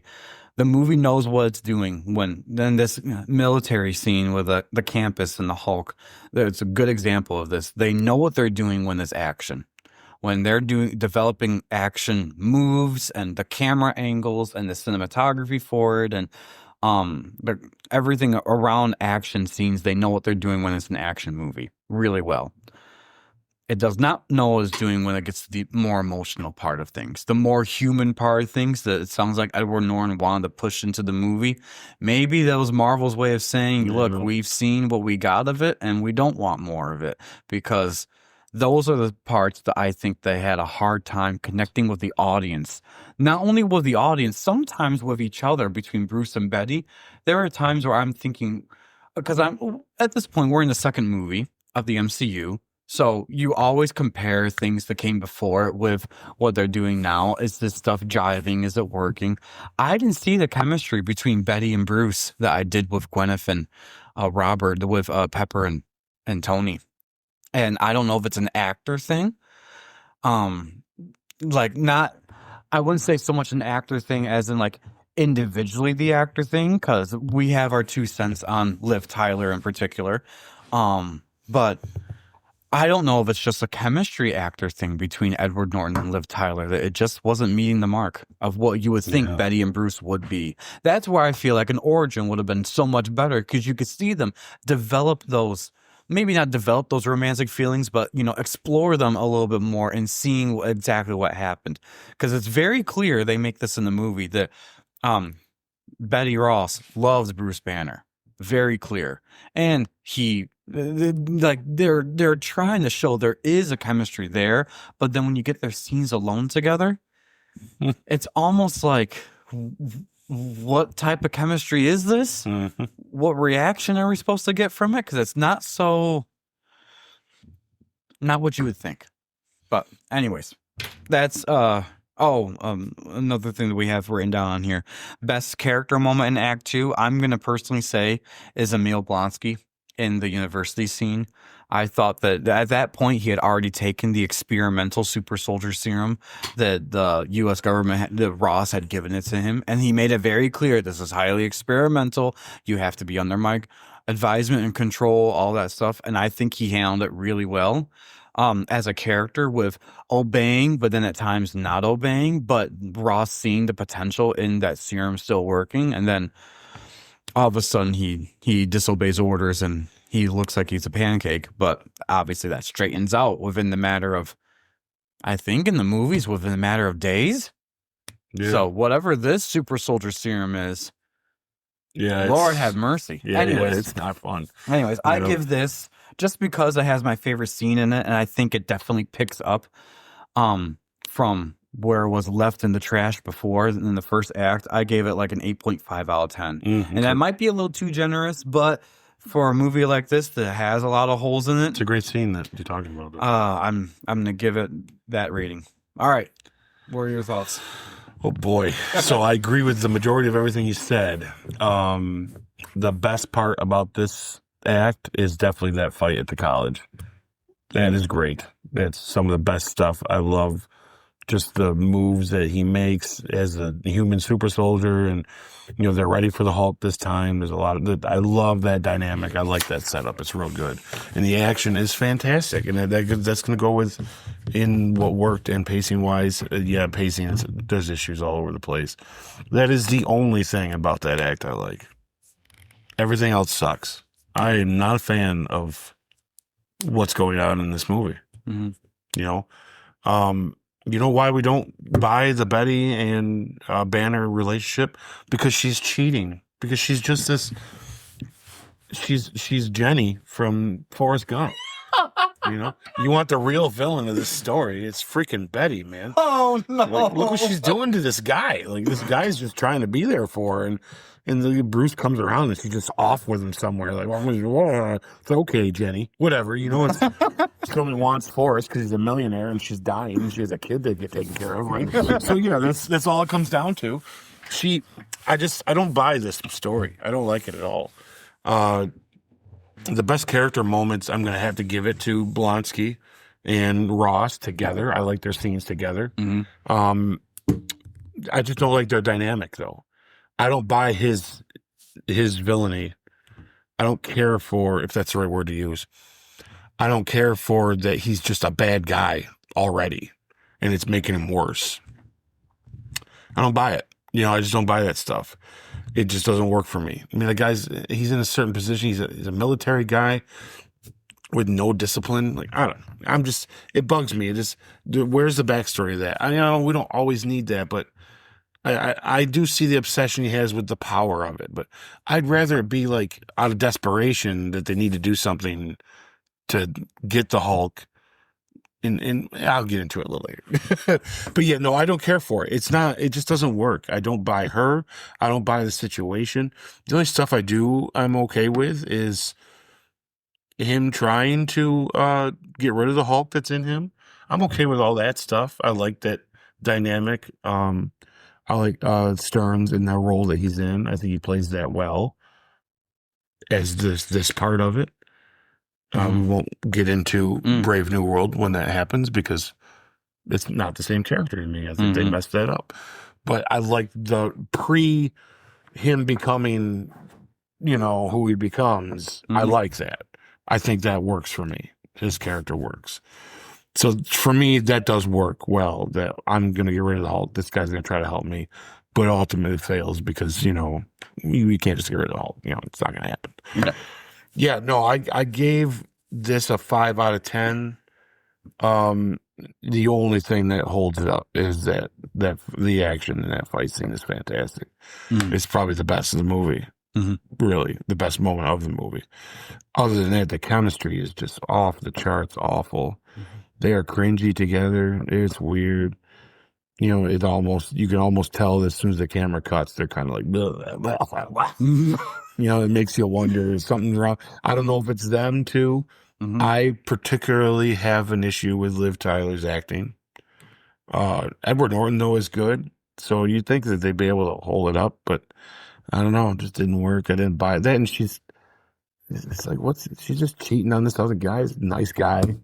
Just a guy doing his thing. He don't know what's going on. That poor guy. How do you how do you compete with the Hulk, right? Yeah, no, she's got her priorities are a little mixed up. And I also, between her and her father, I don't buy that either. I don't buy the tension there as well. And which is on the actress. It's on Liv Tyler for that one, because William Hurt's a great actor. He does this, but I also think it's the writing. I just wish that there was more to it than you just got between me and Bruce, you know, and especially since you're moving on, you know, it's like I don't know. I just really have trouble with that she's moving on with this guy and she still holds that kind of grudge against her dad. You know, I get that there's a whole situation, but once again, like you just said, that's why didn't we get this origin that we understood this and felt this, and we would feel the same that they're feeling if we knew that, you know. Yeah, it's awful. I'm not a fan of that. So that's where I sit with it. 5 out of 10. I struggled through this movie, not gonna lie. This part, the action kept me going. I just kept saying, okay, when's the next time he starts beating the crap out of things? Yeah. And then that's what kept me kind of interested in seeing. Because even though the CGI is a little iffy for this movie, it's okay because I understand, you know, what time does. And I remember when it came out, so I'm always a little relaxed on the CGI. So to me, it was fun seeing those things happen. Yeah. So yeah. Yeah, well, I mean, it's funny, as we were talking about that before we get into Act 3, I did forget that part of Act 2 is him going to Stearns, finally getting there and trying to get it out of him. I like that as a concept, and I think that does play good for a sequel type movie. But with this, they're not even sure how to name this, if this is a sequel or not. It definitely isn't an origin, but it's also like, are we supposed to know? I don't know. That's where I feel like they could have done a similar movie, including an origin in the beginning to fix the whole first act, and then, you know, go from there. Like, I don't know. I feel like this movie would have benefited if the very first, maybe not the first act, but like the first couple scenes were an origin scene, and then you cut to 5 years later, and he's on the run still.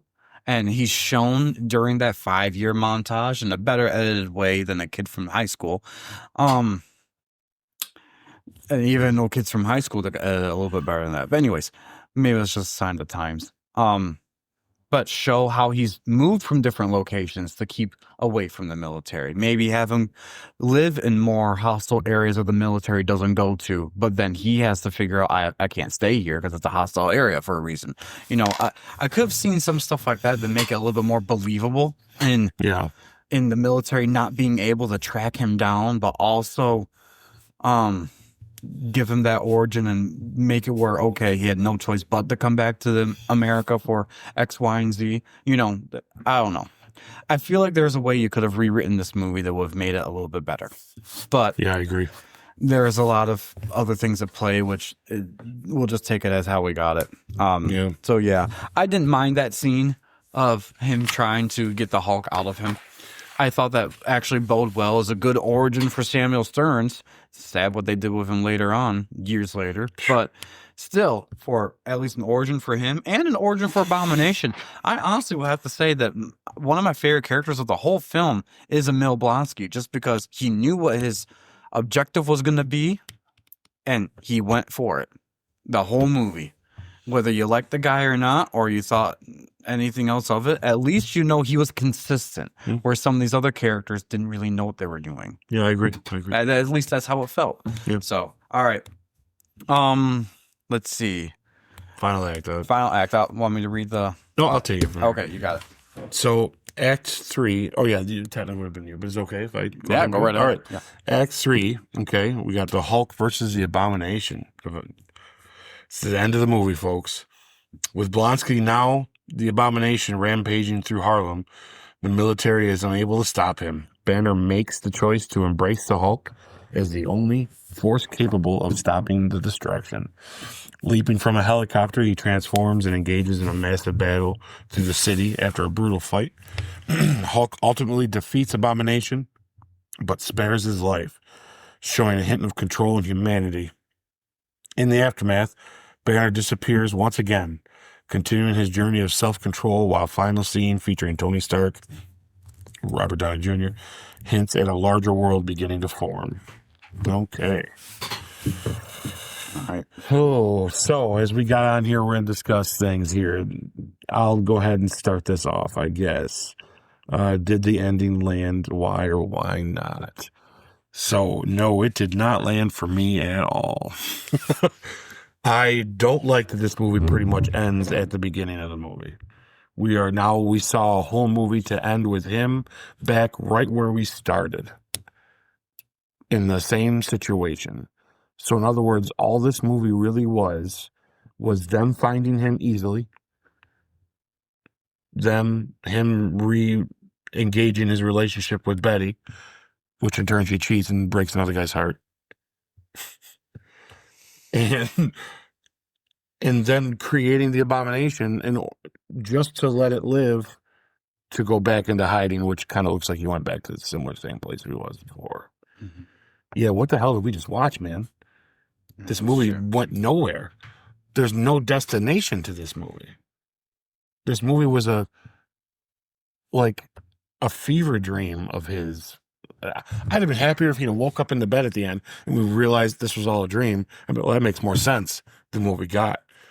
And yeah, this is not an earned ending. It just does not make a lot of sense to me. And I gotta tell you, this not killing the Abomination, we'll get into it probably a little later on. But what else are you gonna do with this guy?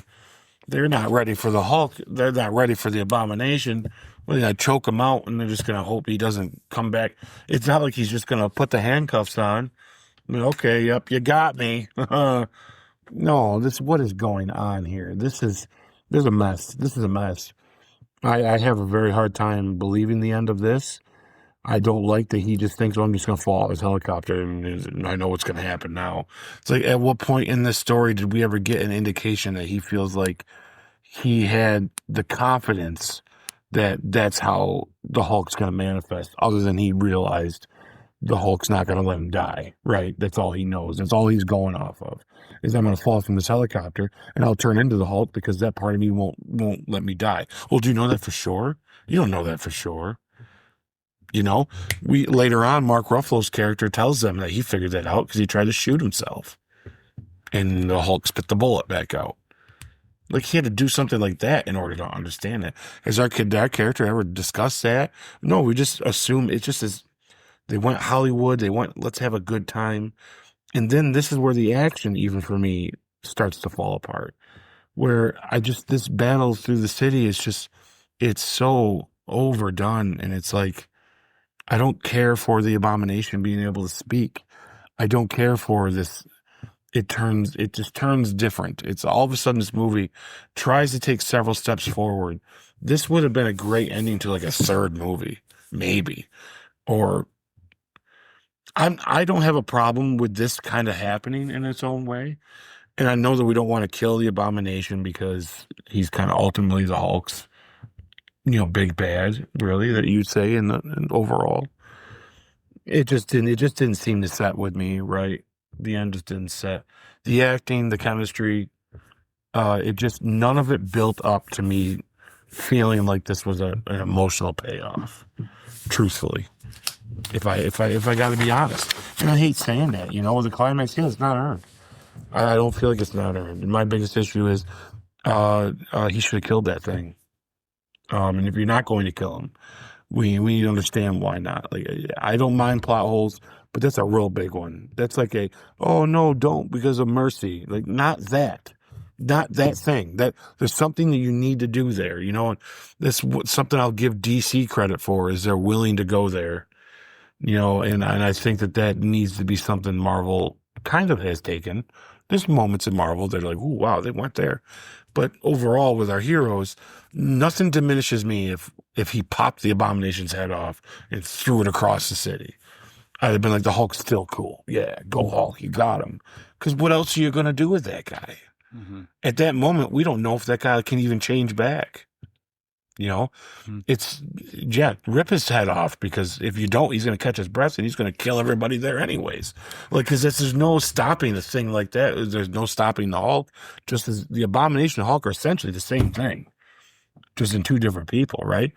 And it shows in a different way. So it's like, what are you talking about here? You know, it's like we don't know that he can turn back. As far as we know, that he was given too much of that stuff, that he's mutated into something that can't come back. Yeah, so that it really bugs me. It really does bug me big time.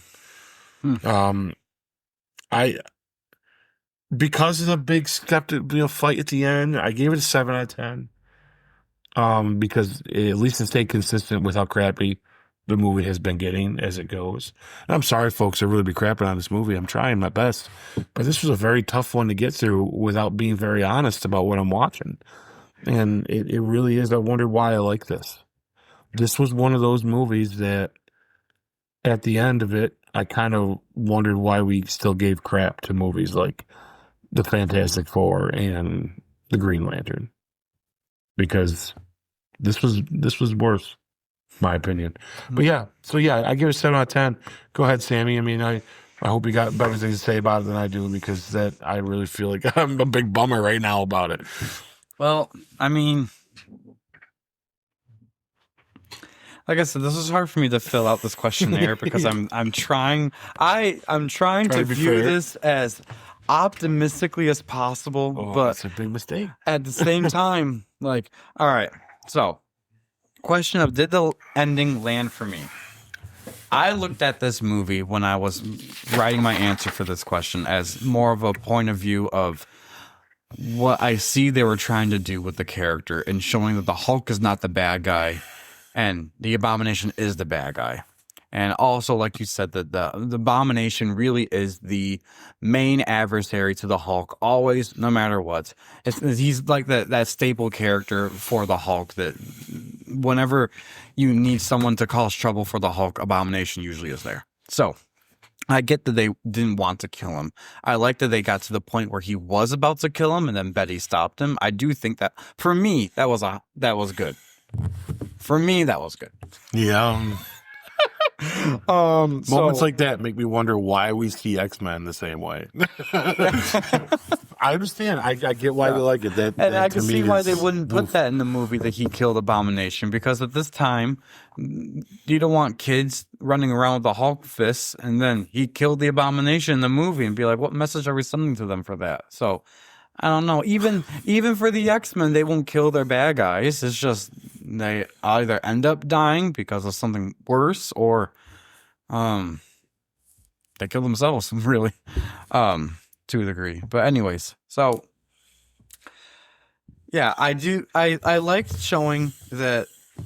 The only thing that I do like really about for the ending is that Hulk himself has shown that he can have some control himself, which I think that was the common theme throughout this whole movie, is that Bruce is trying a hard time not turning into the Hulk, because when the Hulk turns into the Hulk, he's this rampage, doesn't care about anything else other than Betty.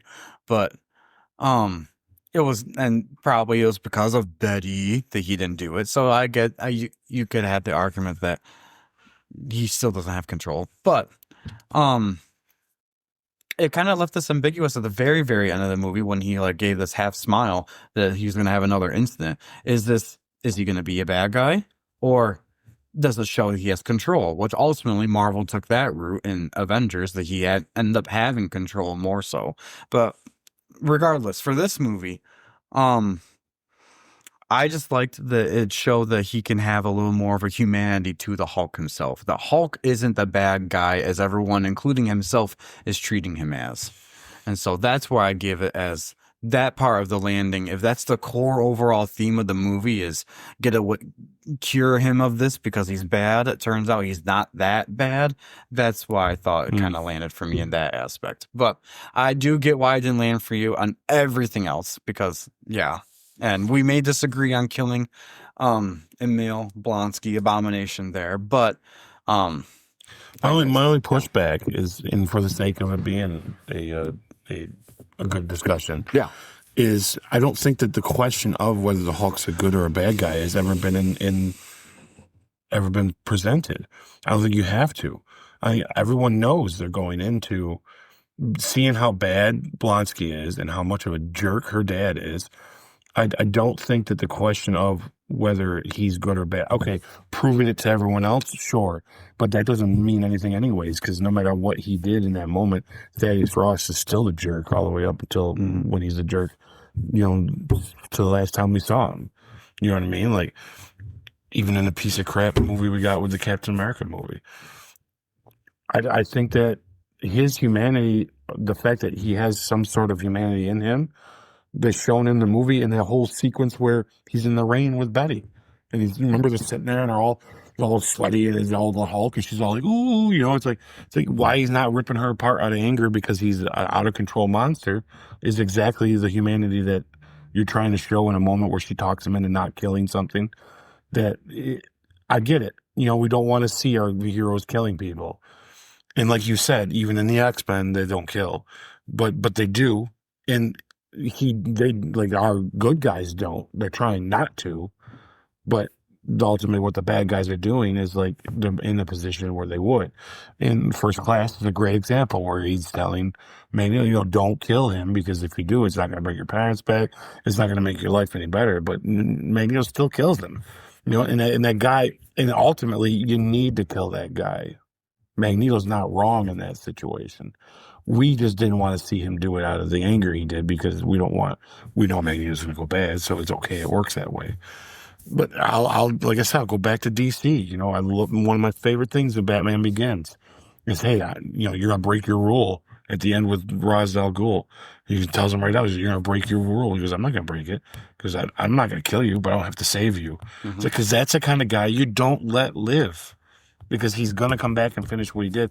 And his daughter ultimately comes back to finish what he did anyway. So even with him dying, he's still dangerous. And I just don't see... Now, if, let's say, the Abomination turned back into Tim Roth's character, Blonsky, and then he went to smash him, and she said, don't kill him. I see more of a, well, that makes sense, because at least he's the guy now. We can figure out, let's get him in something before he turns again or whatever. But he's literally this giant thing that's trying to kill everybody. Almost killed the thing that you know you can't stop. Let him do it, man. Like, what are you talking about, Betty? Like, at what point do you feel safe with that thing laying there? It's like, they're not ready for that. You're not telling me they got a pen. Well, don't worry, we had a cage for him ready to go. No, you don't. No, you don't. Like, you think you do, but you don't. And that's what bothers me about it, is it's so inconsistent in that sense. I don't think the issue of proving that the Hulk has a humanity side to him, even as he's the Hulk, is even in question, unfortunately, which is why I feel like it's just so redundant. It come off as flaky, Disney safe-esque. Oh, we don't kill because our superheroes can't kill. Because if they do, they wouldn't be that no more. Well, I'm sorry, but you watch all the Batman movies. You're telling me none of those guys ever died? Even the ones where he doesn't kill, there's some of that stuff that happens to those people. That guy's dead. There's times where you're like, that guy's dead. Like, and you're not supposed to kill him. It's very obvious in the Batman vs. Superman because he's not holding any punches. But there's people that died from Batman, and there are people that would argue that that's why they don't like him. I argue that's why I liked him, because he was at a realization in his life, and I think these Marvel movies are smart enough to realize that we are at a point where these characters can die. We don't need to see our heroes be the ones that kill them right outright. Sure, I understand you want to see Iron Man murdering somebody, but if you have a good reason why the person doesn't make it, we're okay with Vision destroying Ultron. He didn't let Ultron live because he felt bad for him. He blew him apart. So, but it's okay just because he's a machine. So arguably, Ultron was AI. Arguably, he was a thing as well. So I think that we can't be this picky and choosy. I mean, we got to a point where Thor cut off Thanos' head, like straight up Viking style. And nobody blinked an eye. Nobody cared. In fact, we were like, that's awesome. So I understand this is earlier on, but that's the problem. It's like, take chances, man. Get there. And then they, I don't know. I got you. I hear you, though. But just for argument's sake, I just don't think that was a necessary thing to have to prove. You don't got to prove that he's got humanity in him. The fact he doesn't kill Betty is good enough. That's true. Yeah. Let's see. Fun movie, guys. It is. Yeah. Yeah. And by the way, for anyone who's watching, it's okay when you disagree about something too, about stuff like that. As we're just talking this out to see, all right, that's my point of view. That's your point of view. And jump in the comments and let us know which point of view you agree with too. Yeah, for Who sure. knows? We could have someone else who has an even completely different point of view than all this. Or because I understand both sides of it. We don't want to see our Hulk killing guys, and I do get they're pressing that theme home. And then if that's the case, then they did do a good job at it. For my taste, I just was kind of like, man, I don't know. Sometimes you just got. I will say, if he did kill Abomination, it would have, to a degree. How do I say this properly? Because I don't want to say it wrong. Revitalized my interest in the movie. Yeah. Because that's one of the problems with this movie throughout the whole thing is that I was having to watch it to make sure I kept my interest going with it. And so I'd grab at certain things that they were doing to say, oh, that's interesting. When in reality, it was very mediocre at best. And so if they did something like that where he had killed the Abomination, I would have been a little more intrigued by, oh, where does it go from here? Thing. It would have felt to me like... You were exactly right. At the end of this movie, it goes right back to Hulk's on the run. Yeah. Ross still wants to capture him. Betty is now deprived of her love again for him. Yep. And probably begging for the other guy's affection back. Yeah. Selling or whatever. He's selling mainly. Yeah. It did. It landed again where we started the whole movie of. So it made me think, it does make you think, where was this important enough? What did this had to leave to?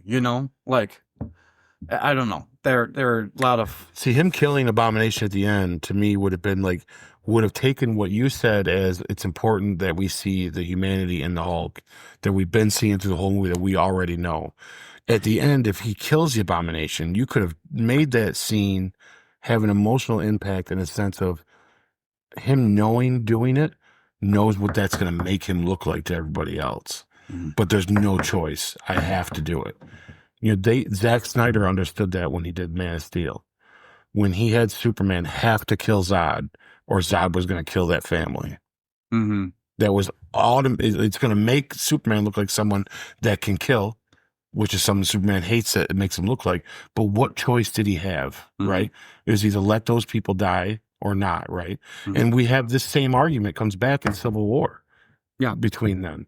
Like Cap is like, yeah, there's going to be casualties to doing the right thing, but we still need to do the right thing. When Tony is like, no casualties are worth anything, no matter what it is. So like, you almost are playing into the same scene that you got out of Iron Man. In my opinion, him killing the Abomination in an emotional sense of the news, you can even show the cameras are there and she's looking and they're looking and he's looking at her and she can even say, don't do it. And he just like, well, look at this thing. What are you talking about? So he rips his head off and kills him. And then leave us with that whole, it's no different to me. It would have been the same. It'd have been akin to as I Am Iron Man and it going to credits. You'd be, holy cow, look what he just did. Like you just took, now we know you're a good guy, but you are capable of doing this, which makes you still very dangerous. You know, I can see that. If it wasn't, it's more interesting than what we got. Is all I'm saying. it is. No, I Yeah. agree. If it was done in that way, where that was the perceived view afterwards of that's the effect we wanted to have, like was the Superman and Zod. It's a great example of using that because at the time when they did that, that was a huge risk. Yeah. And Zack Snyder was like, who cares? I'm going to do it anyways and just see what happens. It was awesome. It turned out to be probably one of the best moments I've ever seen Superman do. Yeah, so and good. it's the one thing he traditionally never would do. But he was put in a hard-pressed situation. Do I save these people or by permanently stopping this guy or not? And he did the right choice. I don't know if... I feel like there have been enough people hesitant enough to do that in this movie because it hadn't been done yet, that they would have been more worried about my perceived notion of that, of Hulk's now becoming the bad guy, instead of he's a good guy who's willing to do the unnecessary things. Nowadays, I feel like you could do that. You could get away with Hulk doing that. I don't know if back then you could have, so I see why they played it safe. Yeah, I agree. I mean, the Dark Knight had to make everybody realize you can do this, right? Like when you end the Dark Knight with everybody perceived that Batman's the bad guy, and us as an audience know he's not. Yeah. Nolan was trusting that we're smart enough to understand what's happening right now. Yeah. And we were. I think they should have taken a chance. I think the audience would have got it.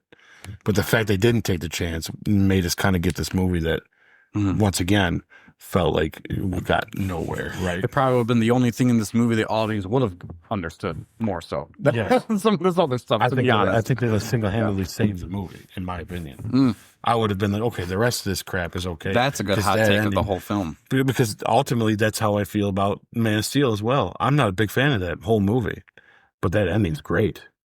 And I'm almost like, man, that ending's worth some of the stuff I don't like in this movie. And and a lot of times, folks, with movies for me, I'm very forgiving. If you give me a good beginning and I care, and you give me a good ending, that middle part can go almost anywhere you want it to go, and I'll follow, and as long as it doesn't get too wacky. But yeah. Yeah. All right. Well, So get into I would say our separate things here, or we have to rate that, don't we? I have to rate it. Yeah, unfortunately. Was the climax earned? It really wasn't.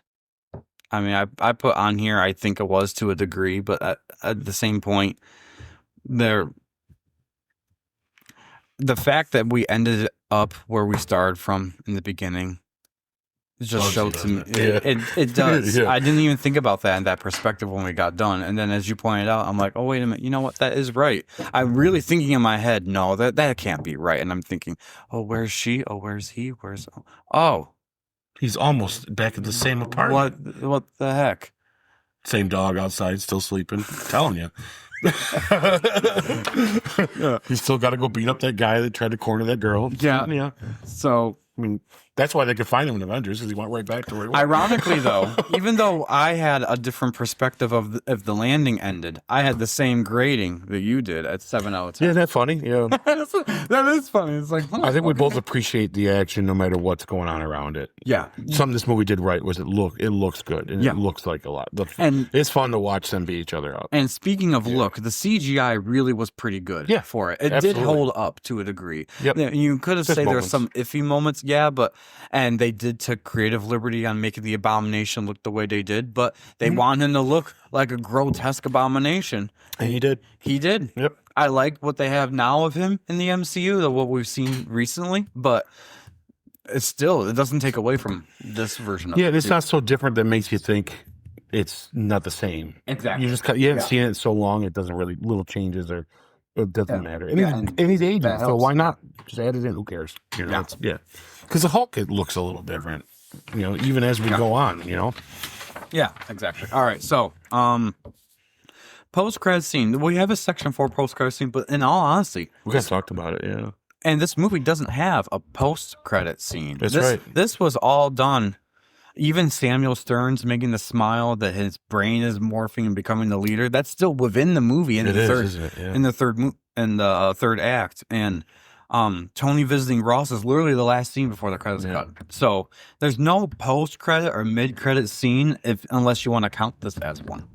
So, but let's touch upon that last scene then. Technically, Tony visiting Ross. What are your thoughts on it? So I'm going to go right to the score. I'm going to give it a 10 out of 10, only because there's nothing wrong with it, but there's nothing really that stands out either. I think it's okay. I think it's a good, safe follow up to the one we got in Iron Man, because it shows that he's on board with whatever Sam Jackson was trying to say. Yeah, because he's now there on behalf, right, of talking about the Hulk and all that stuff. So, and really, there's not a lot that happens here. He just pretty much meets him up, and they're a little banter, and says, "I guess here you got a Hulk problem," and then boom, it just solidifies to us that they are doubling down, that we're gonna do this movie someday, guys. It's coming. Yeah, yeah, and so I think that's it. So because of that, it's successful. There's nothing wrong with it. It's definitely not as exciting as the first one, because that was out of nowhere. But to see Tony Stark walk in made you go, "Ooh, cool!" You know, it's like, so. Yeah, that's the perk that it had, was that. So I give it 10 out of 10. It's good. Well, I think one thing that's really cool about this, and in retrospect of thinking when Iron Man 1 came out and when the Hulk came out, when they're both in production and all that stuff, they're taking a risk with Iron Man. We talked about that, and they thought they were doing a safe bet with the Hulk, but just in case it didn't land well, they put it 3 weeks released after that one. Which, by the way, I don't think that was done on purpose on Marvel's end, because they have to remember that Paramount was distributing Tony Stark, Iron Man, and Universal was doing the Hulk. Right. So 2 separate studios releasing their own movies. It makes sense. It's kind of like what we talk about nowadays when it comes to, why is Spider-Man going to come out before Doomsday? Why didn't they change that? That's not up to Disney to change that. Right. Sony said, we're taking July, man, and I don't care what the heck you do with the other one. We're still taking July. Yeah. So, like, just how it works. It's just that's part of the deal. Anyways, so I did find that was interesting, that it's like, we're going to, in Marvel Studios' perspectives, it's like, okay, hopefully they do relatively well enough, because we're showing the audience we're trying to connect something here, and within 3 weeks you're going to see we're already starting to connect the dots. You know what I mean? Yeah. I gave it a 10 out of 10, just like you. I thought that was a cool cameo of Robert Downey Jr. showing up and telling Thaddeus Ross we're putting together a team. There really wasn't too much of a payoff, though, for that post-credit scene, other than you see the Avengers. Because for that post-credit scene, it's between Tony and Ross. You don't see Ross at all in Avengers. So I don't know what if maybe we're informing you that we're putting together a team, and by the way, the Hulk's going to be in it. It doesn't explicitly say that the Hulk's going to be in it. For all we know, it could have led to Abomination joining them. Not that it was gonna, obviously, but so as far as like a setup for the Avengers, cool, it did it. A payoff for the post-credit scene, there really wasn't a payoff. Not really, yeah. Because we don't see Thaddeus Ross mentioning that during Civil War, during any of the other times we do see him again, which, if I remember right, and I might be wrong, I think Avengers Age of Ultron is when we officially saw William Hurt come back as Thaddeus Ross. I don't think we saw him in the other stuff. You're right. Before that. And during that, I don't think it was mentioned, any of that conversation. So if you want to be nitpicky, there really wasn't a payoff, but it was just a heck of a cameo and a heck of a scene to show we're building something. Yeah. But I still would give it a 10 out of 10. I think they played to it still a little bit, because it was Tony Stark that came to see him. And ultimately, out of all of them in the Avengers going forward, Tony and Banner have a friendship. And Tony, for some reason in Avengers, is really obsessed with him as the Hulk. He's kind of like always like poking, like, so what do you think about that green guy? You know, and he kind of is like, he kind of gets at him a little bit, and almost like he wants him to turn to see it. Like he's kind of like fascinated by it. Yeah. So maybe it could be as easy as, in the post-credit scene of Iron Man, he goes, we're putting together a team, and he's like who? And maybe Sam Jackson tells him about the Hulk, and he's kind of, I got to go find out what's going on here. And maybe it's him going to him on his own, but that's just speculation, because it's not something they say. But to me, it's like, it just shows that his interest in Banner all along kind of fits, that it's him that going, and it's not Samuel Jackson. Because really, if you wanted to really throw the point home, it should have been Samuel Jackson walking up to Thaddeus Ross. Yeah. Not Iron Man. Yeah. Because really, when you think about it, later on, we find out that he doesn't really like having Iron Man as someone in charge of things. Yeah. He basically kicks him out of the program. Then he's like, no way, you can't do that. But Yeah.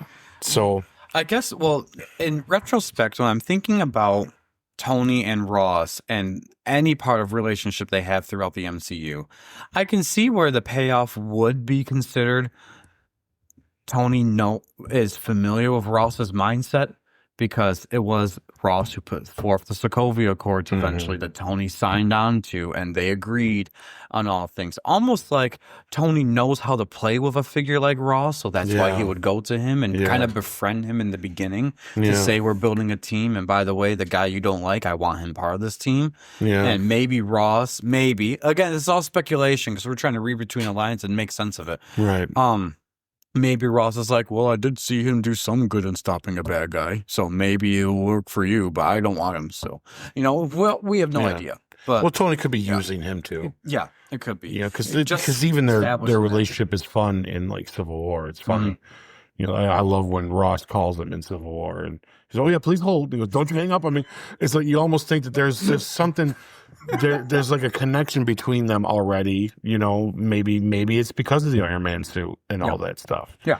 And then it's just Tony's way of just, I got someone on the inside that'll tell me things because that guy would rather have control of me. Yeah, well, Tony Stark is applying weapons to the military. Ross is the example of the military. That's right. Or the representation. He probably knew him already. Truthfully. Yeah, it's probably where they got their deals done type thing. Who knows? Actually, in the movie, doesn't he just when Tony shows up, isn't he kind of like, oh, Stark? He does, yeah. So it's like he already knows who he is anyway. Yeah, so okay, I can see where that could be sort of the payoff type thing where they're just establishing the connectivity their of relationship. these movies. Yeah, which is a really weird, funny. Yeah, I kind of like it.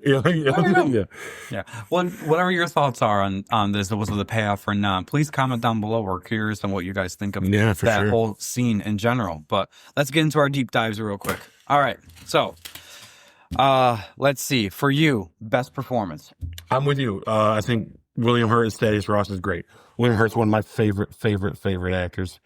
He's done some really good stuff. If you guys have not seen Mr. Brooks, where he plays an alter ego to Kevin Costner, you need to go watch that. He is so good. Oh, I forgot he was in that movie. Yeah. That's a good movie. Yeah, he's a chameleon, man. Like he doesn't come off it when you see him as this role because it seems like something he only fits into. But when you go look at his filmography, you realize, wow, this guy knows his stuff. I also really like him in The Village. Really good in The Village as her father. Very great. And he's awesome in this. He brings the credibility this movie needs because as good as Edward Norton is, this is not his best. And I honestly, I don't ever foresee me in the future having a chance to interview Edward Norton, so I'll say it right here. I don't think he's as good as everybody makes him out to be. And I wish I could say differently. I think he's got roles that are real good. They're real fun. The best actor next to this is Tim Roth. And I just have an issue with his character. But I would say that's an honorable mention would be Tim Roth for sure. But yeah, no, I think William Hurt Thaddeus, you and I are on the same page with that one.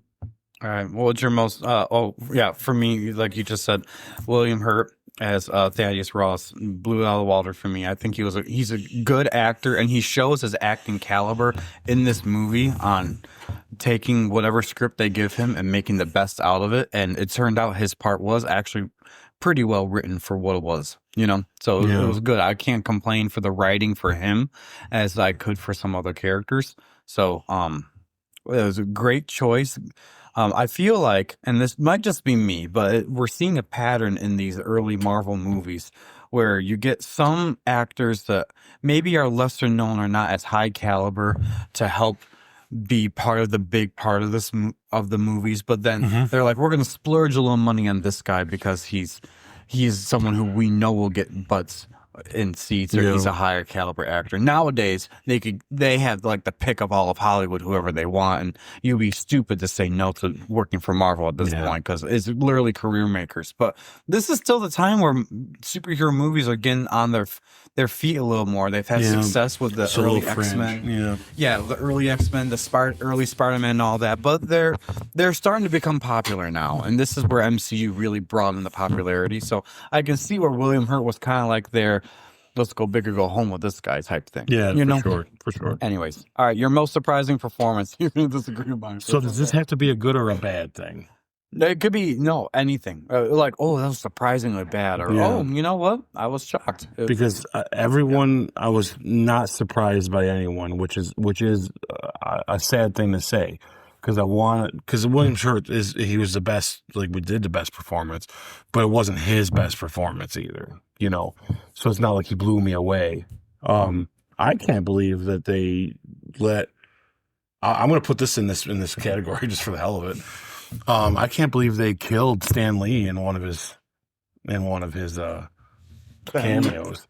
Out of all the cameos that he gets, he never dies, but this one he does, and I'm like, that's a weird one until they have him die. Like I don't know. Yeah, I get that. Yeah. So yeah, I'm gonna put that in there only because I'm trying to be nice and I don't want to like just do nothing but talk crap about everybody in this. So yeah, they took a chance to kill Stan Lee, and that was kind of funny. And I thought that was interesting. Yeah. Well, I put for my most surprising performance for me, and mind you, I had not seen too much of this person's work, and it's funny that when we go down the next question, I got the same person for it. But I had only seen Liv Tyler in The Lord of the Rings before that, and I feel that her acting ability, her best work, is that soft-spoken mannerisms of "don't go," that's it. And she has that perfect still. I don't know how you do it. And I don't say this in a bad way, but she has that perfect still doll face of like a deer in the headlights type thing. Maybe that's just her, or that's her acting ability, but that's the only thing that I put her as surprising, because there were some moments in the movie where, when she did start to get emotional, like as an angry type of emotion, I didn't expect her to be able to do that. So I'm giving her a compliment in this. So when she got angry, she could get angry, but it may not have lasted long. It might have been shortly fizzled out or things like that. But that was the only thing that I'm watching. So I'm like, oh, that surprised me. She's got a little spark in her. So anyways.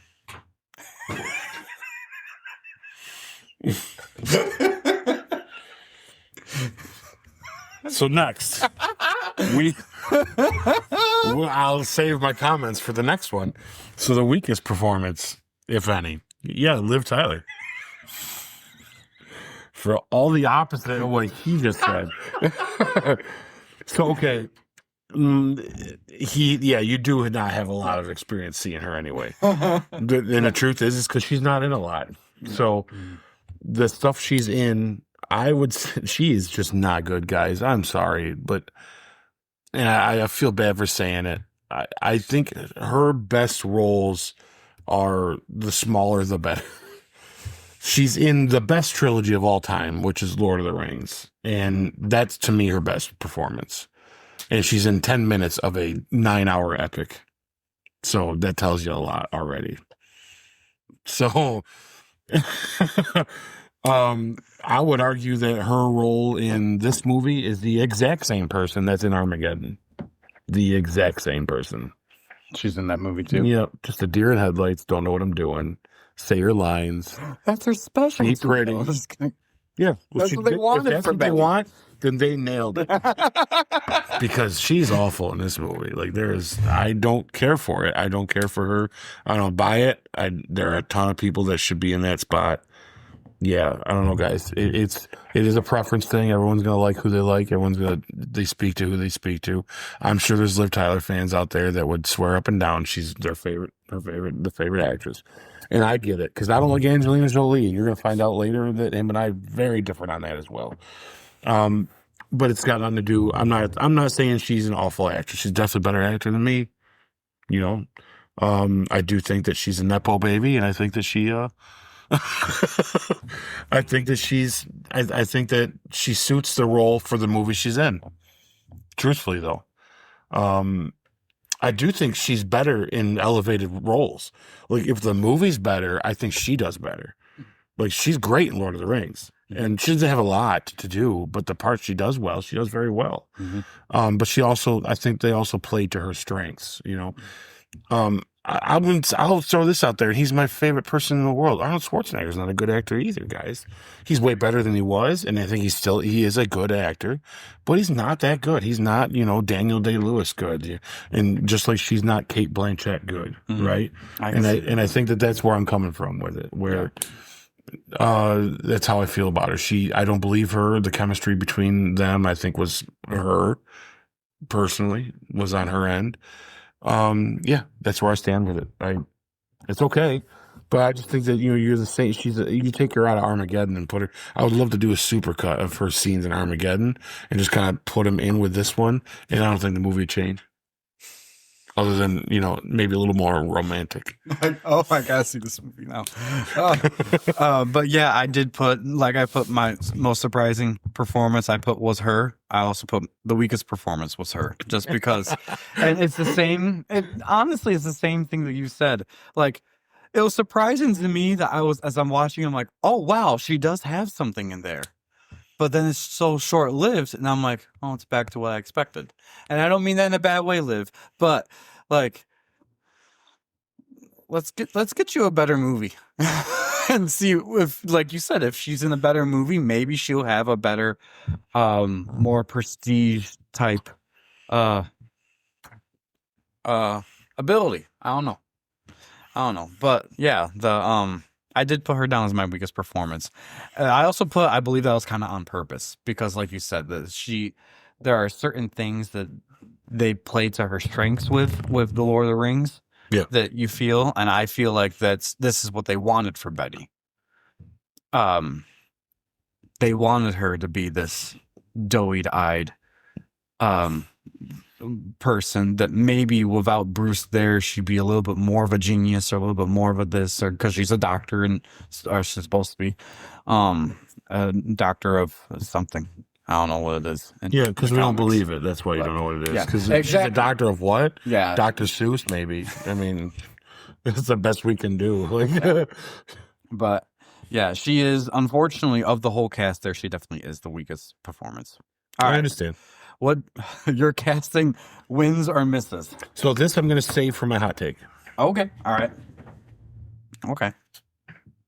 The only thing I'll mention on it was I put on here all wins in my book because it's just what I expected, to be honest. But Edward Norton is the only one I definitely would have made the change to because I just don't believe him as Bruce Banner.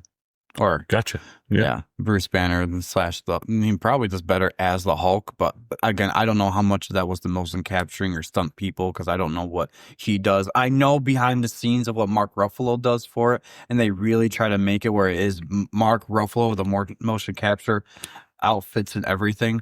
I don't remember them saying that much about that for the Incredible Hulk. Maybe he did do stuff for his facial features. I know they did for the face. Yeah, but not like the whole body. The actual acting of him, yeah. I can't look at him and say, oh, I can see Edward Norton in it. Whereas when you see Mark Ruffalo's Hulk, you can see even how he walks. Yeah, exactly. Yeah, I agree with you there. Yeah. So, who would you put in there if not him or Ruffalo? Oh, if not him or Ruffalo? Yeah. Oh my! If you could do a Hulk casting right now.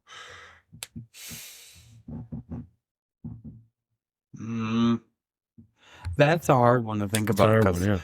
We have to revisit this, folks. Yeah, because that could be a fun episode sometime in the future. Recasting the MCU. My first thought was like, it's Richard Madden, but I think he looks too good looking for Bruce Banner. I agree.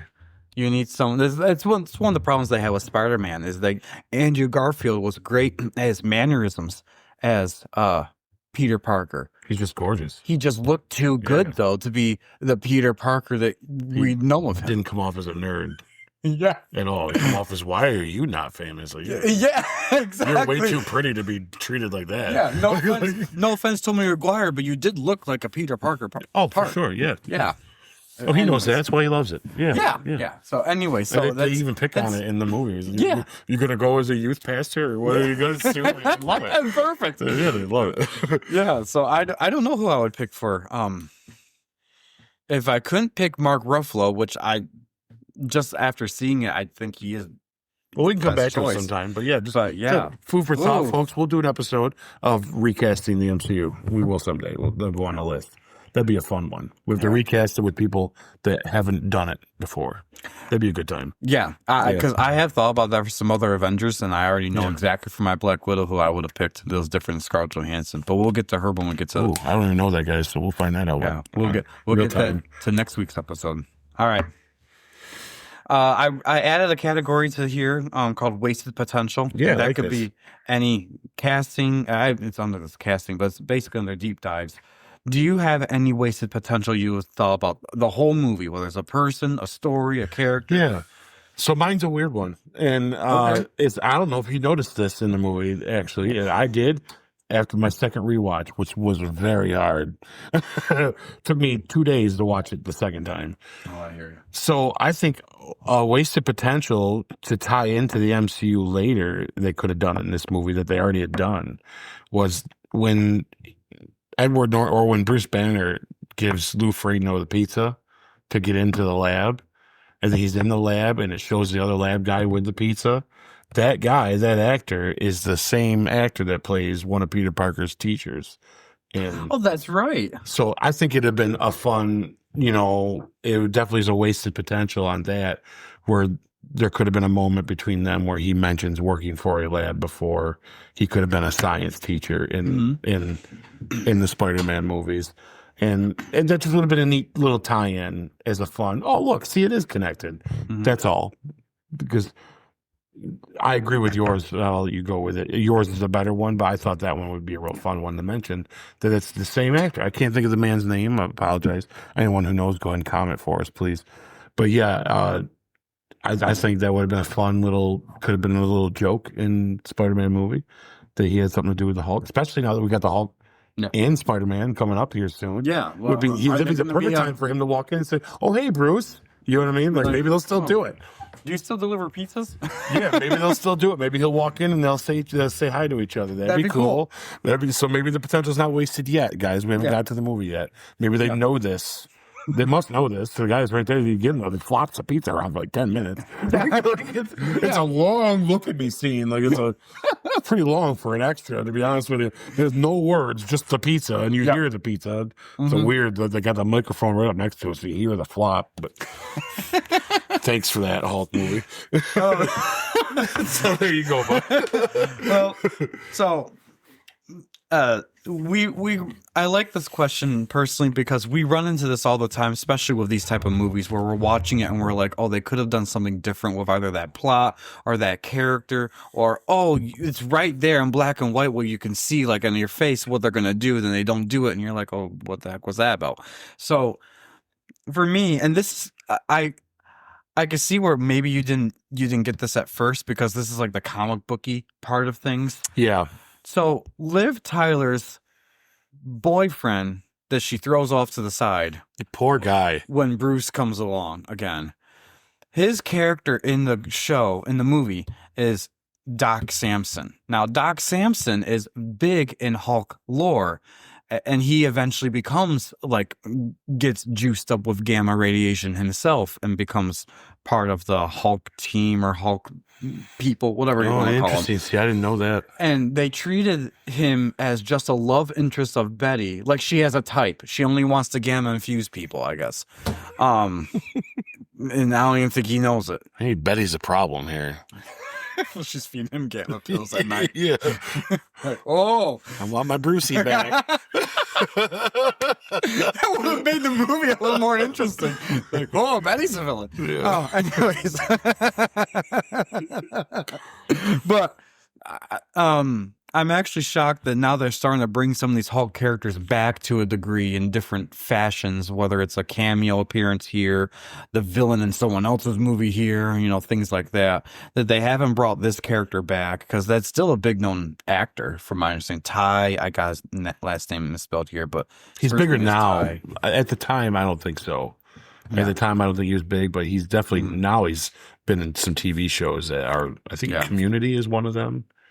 Maybe. I'm not sure. I haven't watched them personally. Yeah. But I recognize his face. Yeah, I know he's in some movies that he's real big in, for sure. So I just put him down as a wasted potential as how they treated the character, just being the new yet discarded love interest of Betty in this movie, where the character himself, I would rather have had him named something else, like a character just made for the movie, because I would have been like, okay, we wouldn't have to worry so much about it. But for him being named this in the movie, in the credits, and even being acknowledged in that, but yet there's no tie into the comics, I just felt that was a little bit of a waste of potential. If you're going to put him in there as Betty's love interest, throw the audience a little Easter egg or a little bone of saying, oh, he's actually important in Hulk's history. So make him part of the things that's happening. Not that as soon as as she leaves with the Hulk, 'cause she's unconscious, and he looks at the father and says, well, screw you type thing. Like, the poor guy is still sitting in the rain for all we know. Yeah. In that house. Like, yeah, just like, you're just sitting there going, what the heck just happened? like, oh, well, I lost my girlfriend. Yeah. But The love of his life. But yeah, I get it. Yeah.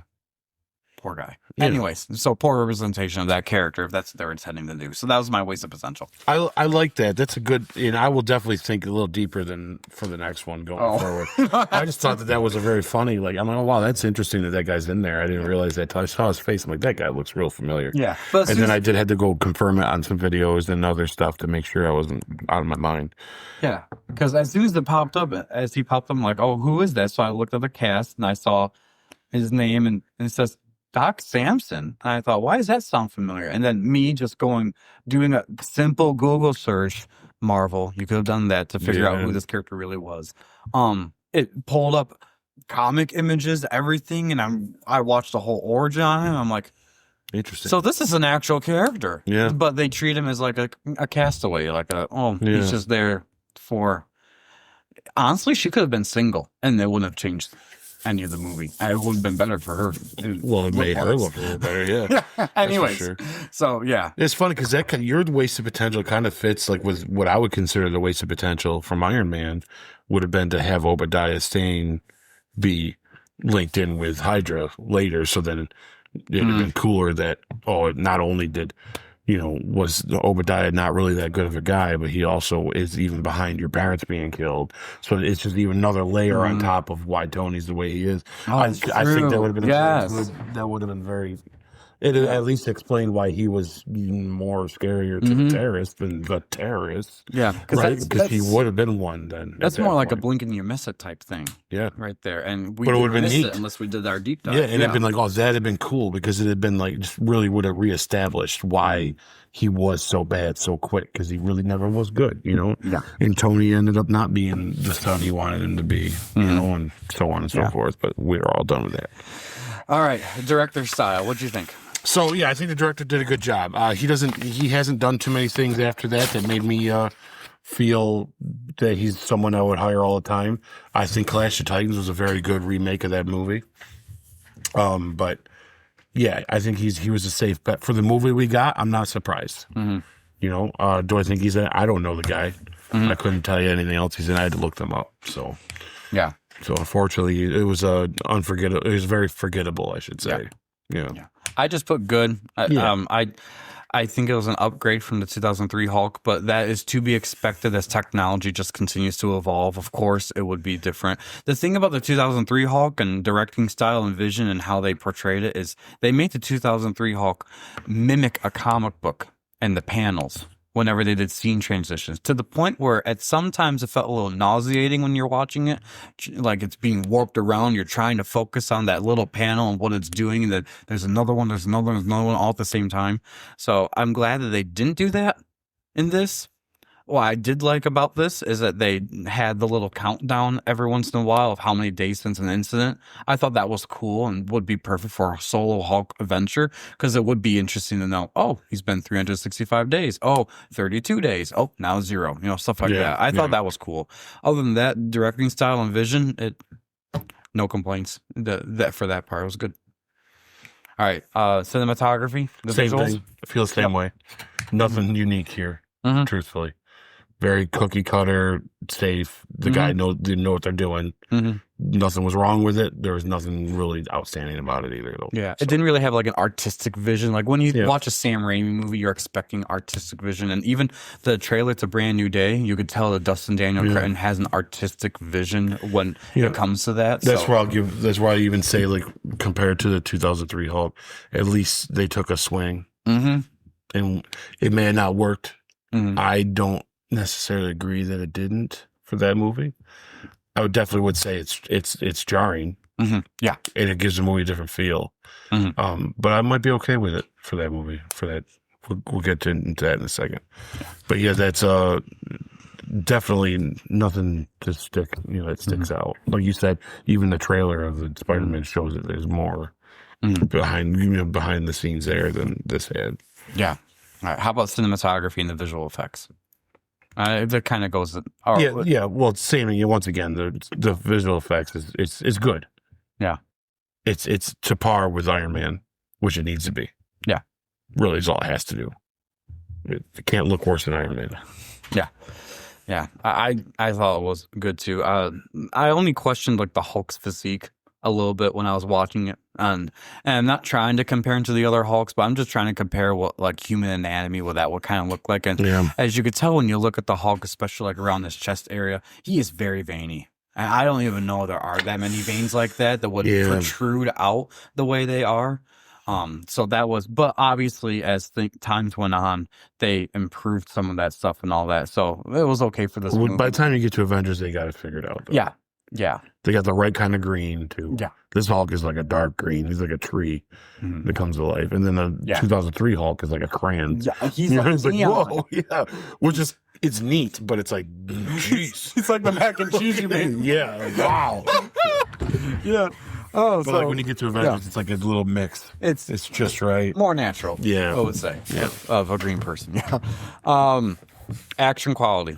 Yeah, this is what this movie's got going for it. Yep. The action's great. Yep, I agree. That's the only times, that's what made it worth getting to it and bearable was watching the action in it, to be honest. Yeah. Yeah. All right. CGI quality, I think we just touched upon. Yeah, we just touched on that. It still stands up to a degree. Maybe Abomination was the weakest in the quality, but he still wasn't the worst I've ever seen of CGI. So. Agreed. Yeah. Music, for me, there's no remarks. Is there music in this movie? There's one moment where you hear the old TV show theme song play, and I thought that was kind of nice. Yeah. It was after, after their chase thing, and he's running away. He's kind of sitting there like a poor wet dog under a tree, and the piano plays, and I'm like, oh, that's a cool little nod to the old show. Other than that, the music, I can't remember what it was. No, me either. Yeah. It's like I don't remember a bit of it, to be honest with you. So, in other words, it's good. We didn't have to think about it. Something going forward I have in the issue with the MCU is a lot of them have music I don't. Other than the Avengers theme and some of the stuff from like the actual Avengers movies, there's not a lot of good theme songs in the MCU. Not like you did with, you want to talk theme songs, X-Men. That just stirs stuff inside you when you hear that. Like, oh my. Anyways, all right. So this section is called Hot Takes, and I have been dying to hear Ike, so I want him to go first. Okay. What is your hot take of this movie? So my hot take of this movie, it's going to be in two parts. The first part is I'm going to tell you what I think this movie should have been if I was writing it. What this movie should have been, it should have been a good first half hour of the movie to 40 minutes. Should have been an origin story of their love story, him being a scientist, what his place in the world is for real. I would actually have liked it if they were engaged and Thaddeus Ross and Bruce Banner actually were friends and they were okay with the fact that he was marrying his daughter because he's just a scientist and he's working on these things and blah, blah, blah. Then the accident happens and he becomes the Hulk. And the true side of Thaddeus, the idea of seeing this thing that could possibly be a weapon comes out. I don't care for, I would like to have it where it wouldn't have been a personal thing between him and Bruce. More of, I got to have what this is because that's Thaddeus' whole point is he's trying to make a super soldier. And I would have even gone as far as the Tim Ross character being friendly and a nice guy, like maybe a friend of Thaddeus is in the military.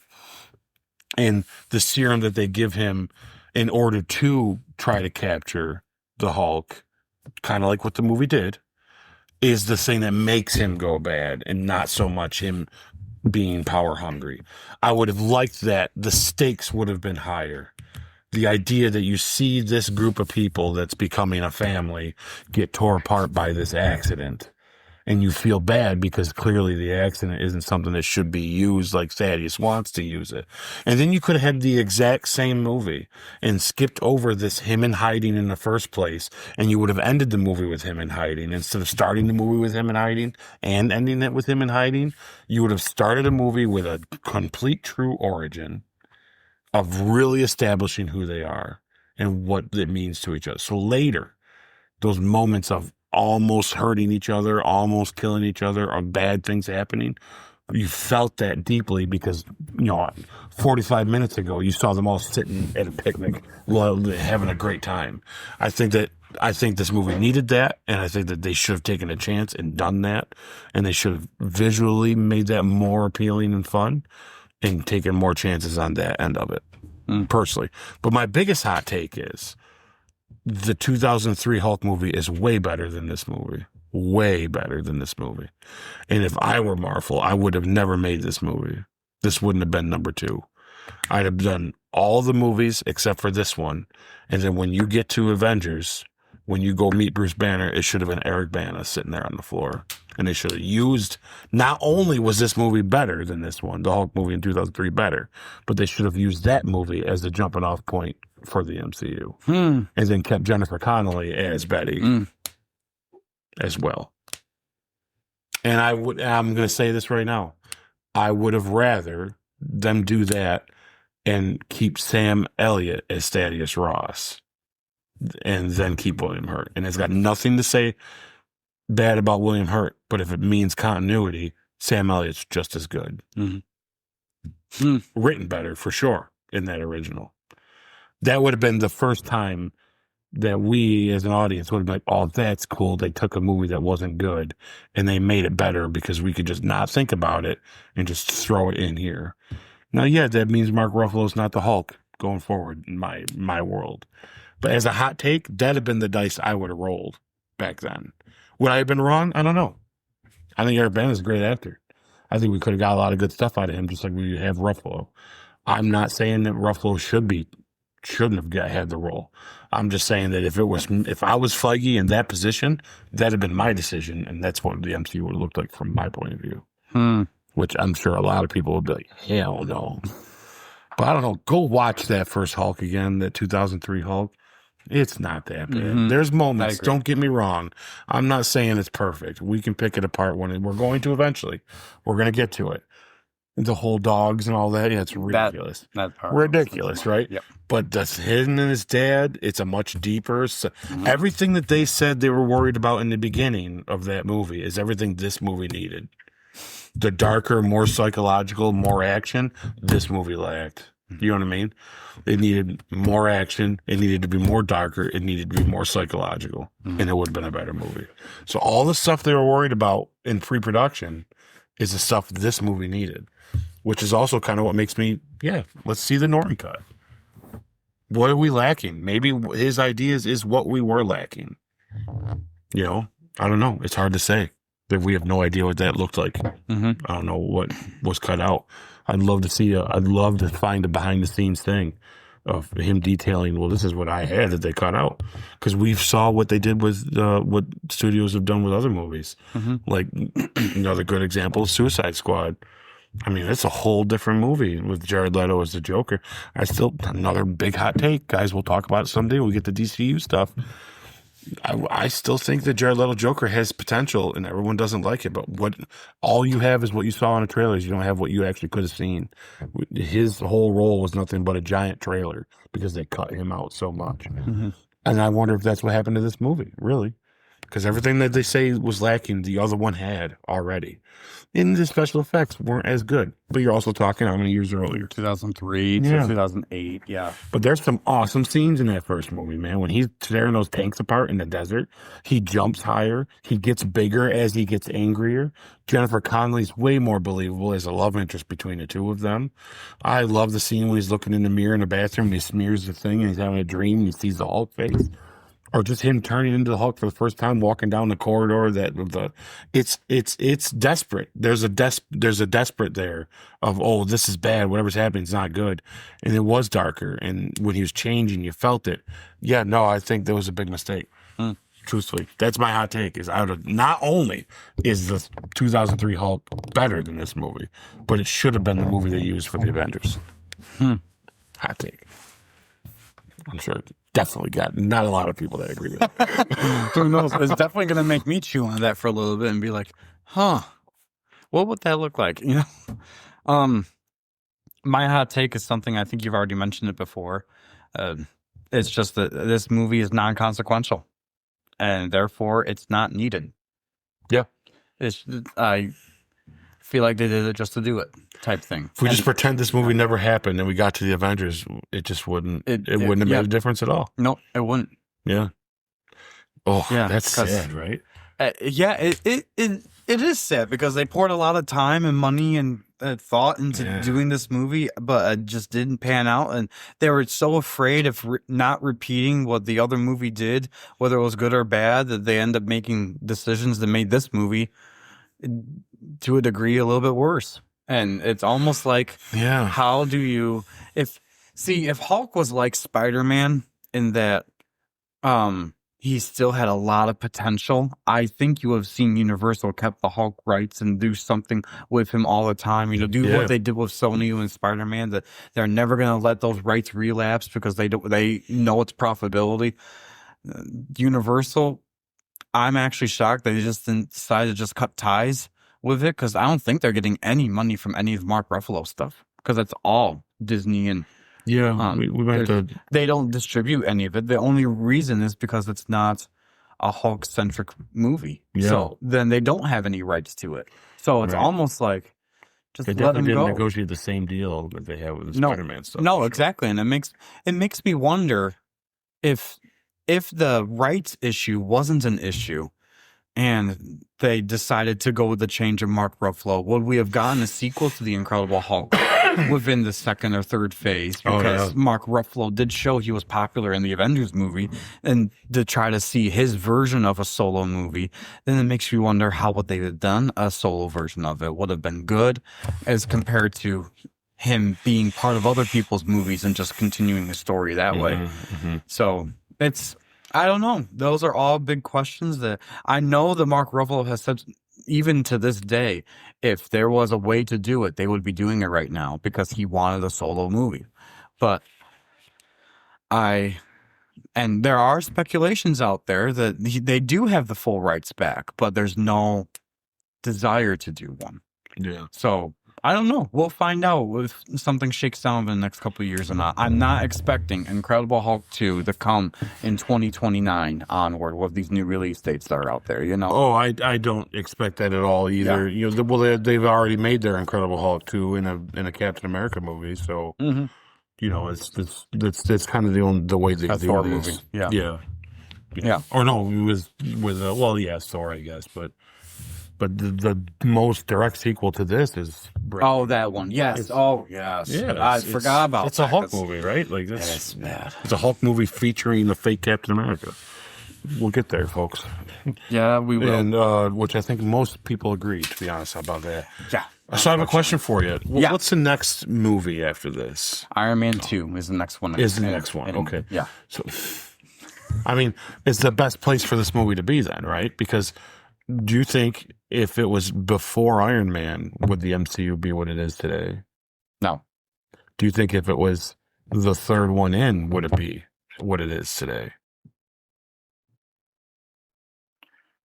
I want to say yes, because at that point they've already had 2 successful movies under their belt that they had a little stumble still in the beginning, whether this is number 2 or number 3. If this was after the first Avengers? I don't know, because they already dropped the football with the Mandarin. That if this was like right after Iron Man 3, but that was still a good movie. But it was a good movie, but there was enough of it. There's a thing in it that's bad. Yeah. But there's a good movie around it. This is a different story, right? Yeah. I don't know. I think because it's sandwiched between Two Iron good Man 2 movies, was going to make the money no matter what, because Iron Man 1's awesome. Mhm. And whatever people say about Iron Man 2, we're gonna have a good. That's gonna be a fun one too. Because I personally like that one It a was a lot. good movie, yeah. I think that this movie was the one mistake Marvel made in their first 20 years, that they just kind of, let's just pretend we didn't make that movie. Let's not even talk about it. Let's not even think about it. Yeah. And I think that's probably some of the reason why Captain America sucked, because it reminded us of, wait a minute, oh yeah, that's right. Oh, that's why it sucks. Well, at least there's consistency there. There's something stuck there, and we're just revamping the suckiness into another sucky movie. Yeah, but we don't need another Transformers franchise, though. There's a hot take right there, because I actually enjoyed that franchise. Now that I finally watched it. Anyways, all right. Where are we at? Oh yes. Well, let's wrap this guy up, because I think we're already going on. We're on Longer than our first last episode. fun questions here. All right, here we go. Let's do this. Then we get to our final multiverse score. All right. Quick fire. Answer fast. Don't overthink. Best scene in the movie for you. Best scene in the movie for me is when he does that cool freaking flip after the Hulk hits him into the tree during that fight. And then he's it is so awesome. Their little fight there, right there, of him holding the doors and all that, awesome. Yep. Him and Blonsky, them fighting while he's still a human, is my favorite stuff. Yep. That's good. Mine is stupid, so I'm not even gonna mention it. You gotta say it now. I wrote on here Commit Betty to it. stopping the Hulk from killing the Abomination. I know just why you because like it, though. the humanity thing. All right. Least best scene. Your worst scene. Betty stopping him from killing the Abomination at the end of the movie. I didn't even write anything for there, because there was a lot of bad scenes. I couldn't pinpoint one. But anyways, best villain moment. I like the conversation him and Thaddeus have when he talks him into letting him do the super soldier serum before they go find him at the college. There's a moment where they're talking and he says, "No, remember, there's a lot of this and that." And there's a neat, the way he is there. He's very manipulative to him. If I'm going to jump into, I don't care that he's a bad guy from the start, but if that's what we're going to get, then I do like that he's a bad guy that knows when to be nice to get what he wants. And then I thought he did awesome, because I considered him really the villain of the movie. Obviously. Who's Blonsky. Blonsky.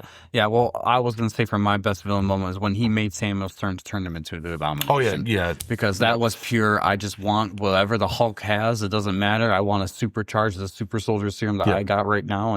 And he made him do it. Yeah. So that's true villainy right there. All right. Most punchable face. So I got two. One's Betty Ross. Just punch her right in the face. She's cheating. She just whines all the time. She don't kill, blah, blah, blah, blah. Okay, but the real one, though, I think we're the same. So I'm just going to say it. That guy at that factory that cornered that girl, punch that guy right in the face. I immediately thought, there's that sleazy factory Holy worker. cow. Not just the character, but just look at his face. I just want to punch that guy. Yeah, that should have been a Hulk punch. Like, his fist should have just become just a green fist. Yeah. Boom! Yeah. And like, I can do that. They just parts of me. Yeah. That's kind of cool. Yeah. All right. One prop you take home. So I got a funny one. I would like to get a bottle of the soda. That would be cool. Yeah, I should have thought about that. That'd be cool. Yeah, I don't care for that in the movie, but I think that'd be a cool prop from the movie. That would be a great prop. Yeah, I put the flash drive on the lanyard. Oh, that's good too. I like that too. Until I found out that he ate it and pooped it out. Then I was like, I'm not sure. I was just gonna say, is it pre-pooped? I would write the pre-poop version, the pre-ingestion version. Because one's just hanging, the other one's like in a baggie. Yeah. I want the lanyard version one. Yeah. Yeah, that's great. I think those would look good on the table. You know what I mean? Yeah. Oh yeah, totally. All right. Most underrated moment and most overrated moment, if you have one. Oh, most underrated moment. See, this is a tough movie to do. Overrated moments, the entire film. Yeah, because it's awful. But the underrated, I would still. Yeah, I wouldn't. I don't think it's underrated though. I don't know. I'm gonna have to go blank on these. only because it's not a good film to do it for. Yeah, I agree with you on that one. Because it's tough, because it's none of it's, in order to be overrated, it's got to be a great moment that no one talks about, and we talk about all the great moments in this. And for it to be overrated, it's got to be a moment that's, or vice versa, basically.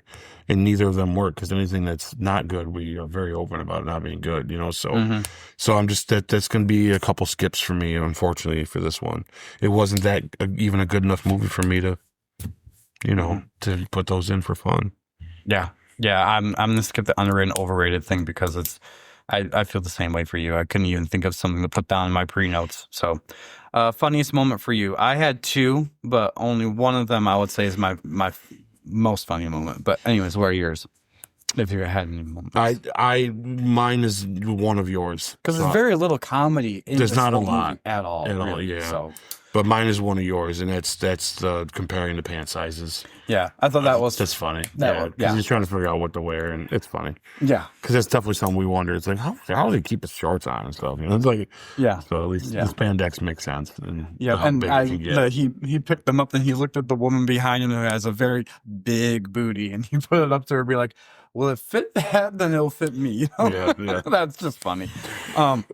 He's anticipating changing again too. Exactly. On top of that, it was kind of a neat little tidbit. Yeah, I agree. He doesn't want to be naked when he does it. Right. Totally get it. So I did put that as one of them, but the only one that I would say that I actually laughed out loud with was the cab scene where Betty is telling Bruce to remain calm. We're gonna get there. Then the cab driver acts like a cab driver, going berserk on the road to the point where he's staying calm and she's not. And the gal, it's the only time, one of the only times I hear Liv Tyler actually yell as they get out. She says, "Are you out of your mind?" And she shuts the door. I'm like, okay, I actually laughed at that one because I thought, there you go, someone who's supposed to be the calmest one and acts the calmest one mostly because of her demeanor, all of a sudden is the one who's yelling. Yeah. So I laughed at that one. So because I laughed, it's my funniest moment. Most emotional moment for you. So this is another tough one because I think this is where this movie fails. There's a lot of lack of emotion that makes sense. I will say there's a couple scenes between Betty and her father that are heartbreaking. Mm-hmm. And it's as close as it gets to me caring. So, yeah. I can't pinpoint specifically which ones. But any of those they're never really that good between the two of them. And you're kind of like, oh, that's sad. Mm-hmm. Because it's, it's over this whole thing. So. Mm-hmm. All right. The only emotional moment I would say is, it's just on a character perspective, is Bruce is longing for a normal and simpler life with Betty.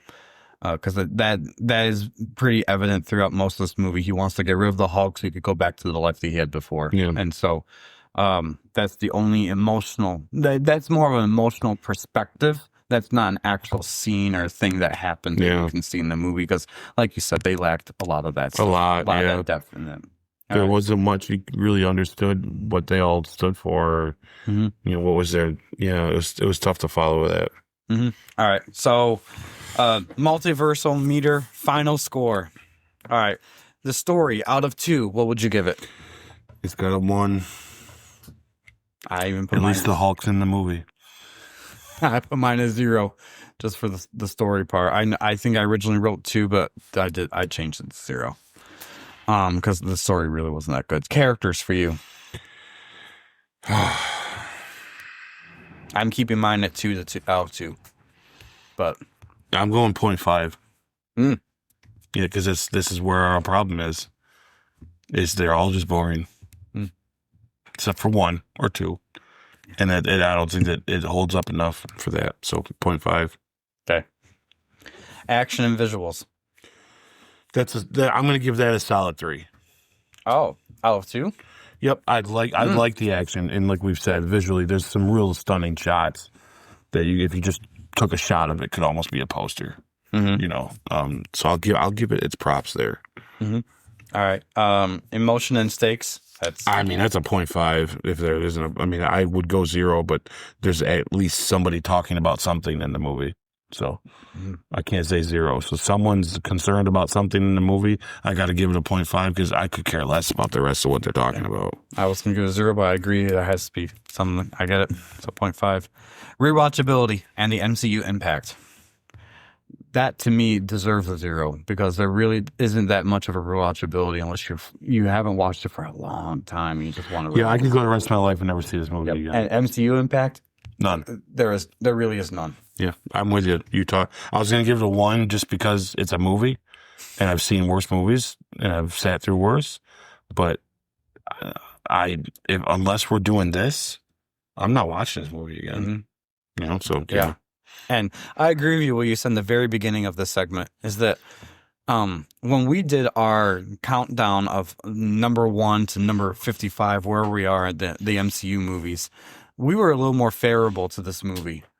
And in retrospect, watching it and doing a deep dive on it and everything, I know when we get to that again and we redo it and we do it for you as the audience, that has definitely gone down a peg or 2 from where I had it in my initial. And we could tell you when we get to that point where we initially had it, but then after doing this whole, was it Road to Doomsday we're doing, that this is definitely one of those that we have to make an adjustment. So, all right. What would you say is your final score?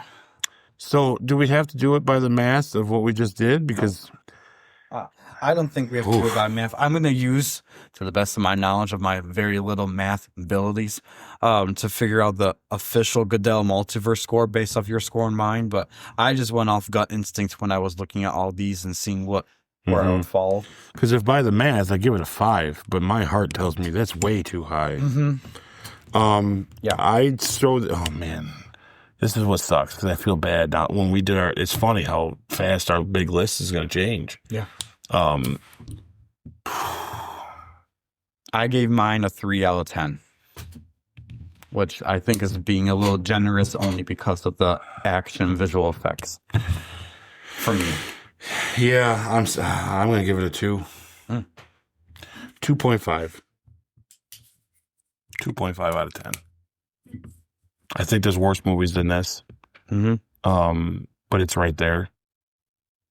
It really is right there. In fact, it's right there where it almost companions the Captain America movie in a way.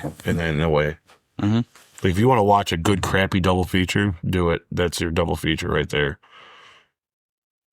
Yeah, I'm gonna have to give it a 2.5. Yeah. So if I average your score and my score, this movie is about a 2.5 is the official multiverse score. Okay. Does that make sense? I think? Yeah. Yeah. Yeah.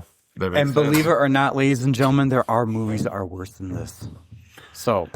Yeah, not many though, to be honest. Yeah. But there are a couple where it's like, oh lordy. Yeah. Yeah. So if you think this is a harsh rating, wait till you get to those other episodes. All right. But we're also not here to not be harsh. The idea is to watch these multiple times and be very honest about how they hold up. And this one just, if you ask me before we rewatch this, it was way better in my memory. It should have stayed there because now that I've watched it twice in a week, I'm like, oh my, this is not what I thought it was. Yeah. Do you have a 1-sentence final verdict? You don't need to watch this. Don't waste your time. Yeah. There's other things to watch. If you want to watch MCU stuff, this one you can skip. That's my one line. Is out of MCU, this one you can skip. Yep, I agree. My 1 sentence, 1 word, hyphenated, non-consequential. Yep, forgettable. Yep.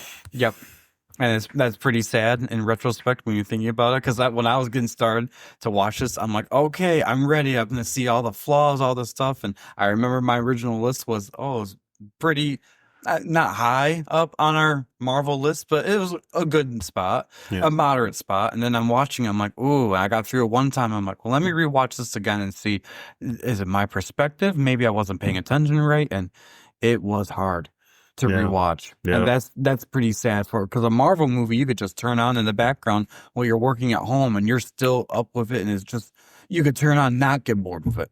Excuse me. But Incredible Hulk, unfortunately, it did not have that rewatchability factor. I was so naive too going into this. Me too. Because I had this above Eternals on my big list. Oh no. What a mistake that is.